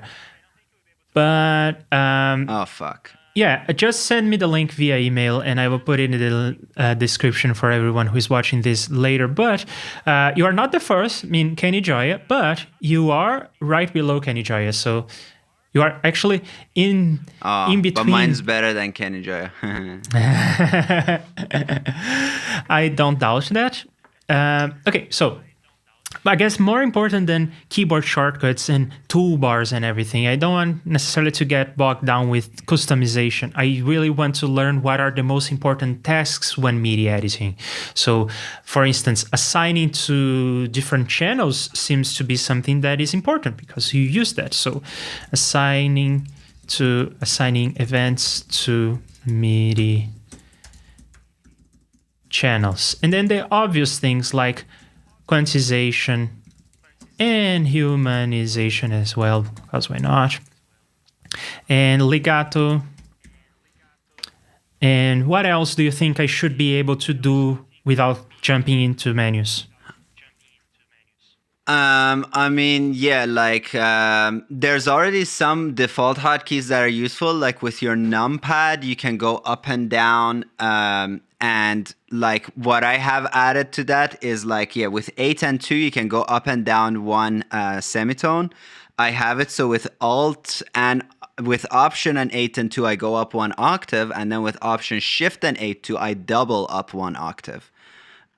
So I do my pitch on my numpad. I do my velocity with 2 keys without using the mouse. And then I do my channels with a toolbar, and I do my like overall kind of like grid and note splitting with the mouse wheel. Okay, so there's a few, but yeah, grid size, that's going to get annoying really quickly. So grid size, do something about that. And then do something about the MIDI channels.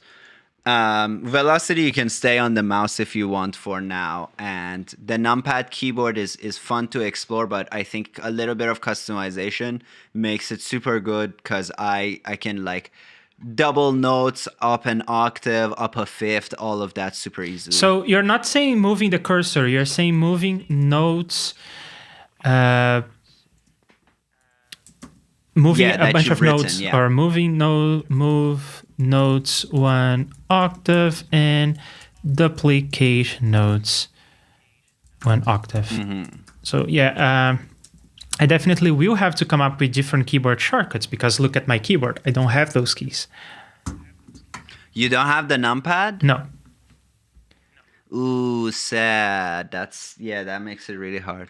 Yeah, but the advantage of not having the numpad, and the reason why I don't have it, is that it makes my trackpad a lot closer to where my hand usually is when I'm typing. So that's a good thing for me. Also takes less space on the desk, and it's cheaper. So all reasons to love this little keyboard. Right. Okay. So I sent you the videos. All right. And with that, let's wrap up. Right? Yeah. Okay. Anything else that I need to do for next week? I mean, it's already a lot, but... That's already a lot. Yeah, that's good. All right. Okay, so thank you, Arya, very much for being here and sharing all your award-winning wisdom with us. It was a lovely conversation. I love to learn about, I think, your main line of work these days, right? No, well, these days it's the TV, but yeah, it's what I hope to be. It's what I hope to, when I'm dead, people to be like, oh, Arya did that. Okay. Hopefully in the future, people will know you as the dead person who wrote songs and who wrote music and scores and media composition in general. All right. So thank you, Bo, for being here. And thank you, everyone else who was here watching us. Bo happens to be the most active person on the chat. So thank you, Bo. And thank you, everyone else. Thank you, wife and son, for watching a part of the stream and for, well, being there while I'm here and giving me the time to do this. And I see you all again tomorrow. And the promise was that I would continue my MIDI controller using the Arduino, but I wasn't able to get the parts for the thing. I wasn't able to get the breadboard. So tomorrow, I think I will be coding the JSFX library, and I think I will get back to the Arduino next week. In any case, I see you again tomorrow at 6:30 UTC for another stream. Thank you very much, Arya, everyone else who was here, and I see you next time. Bye. Adios.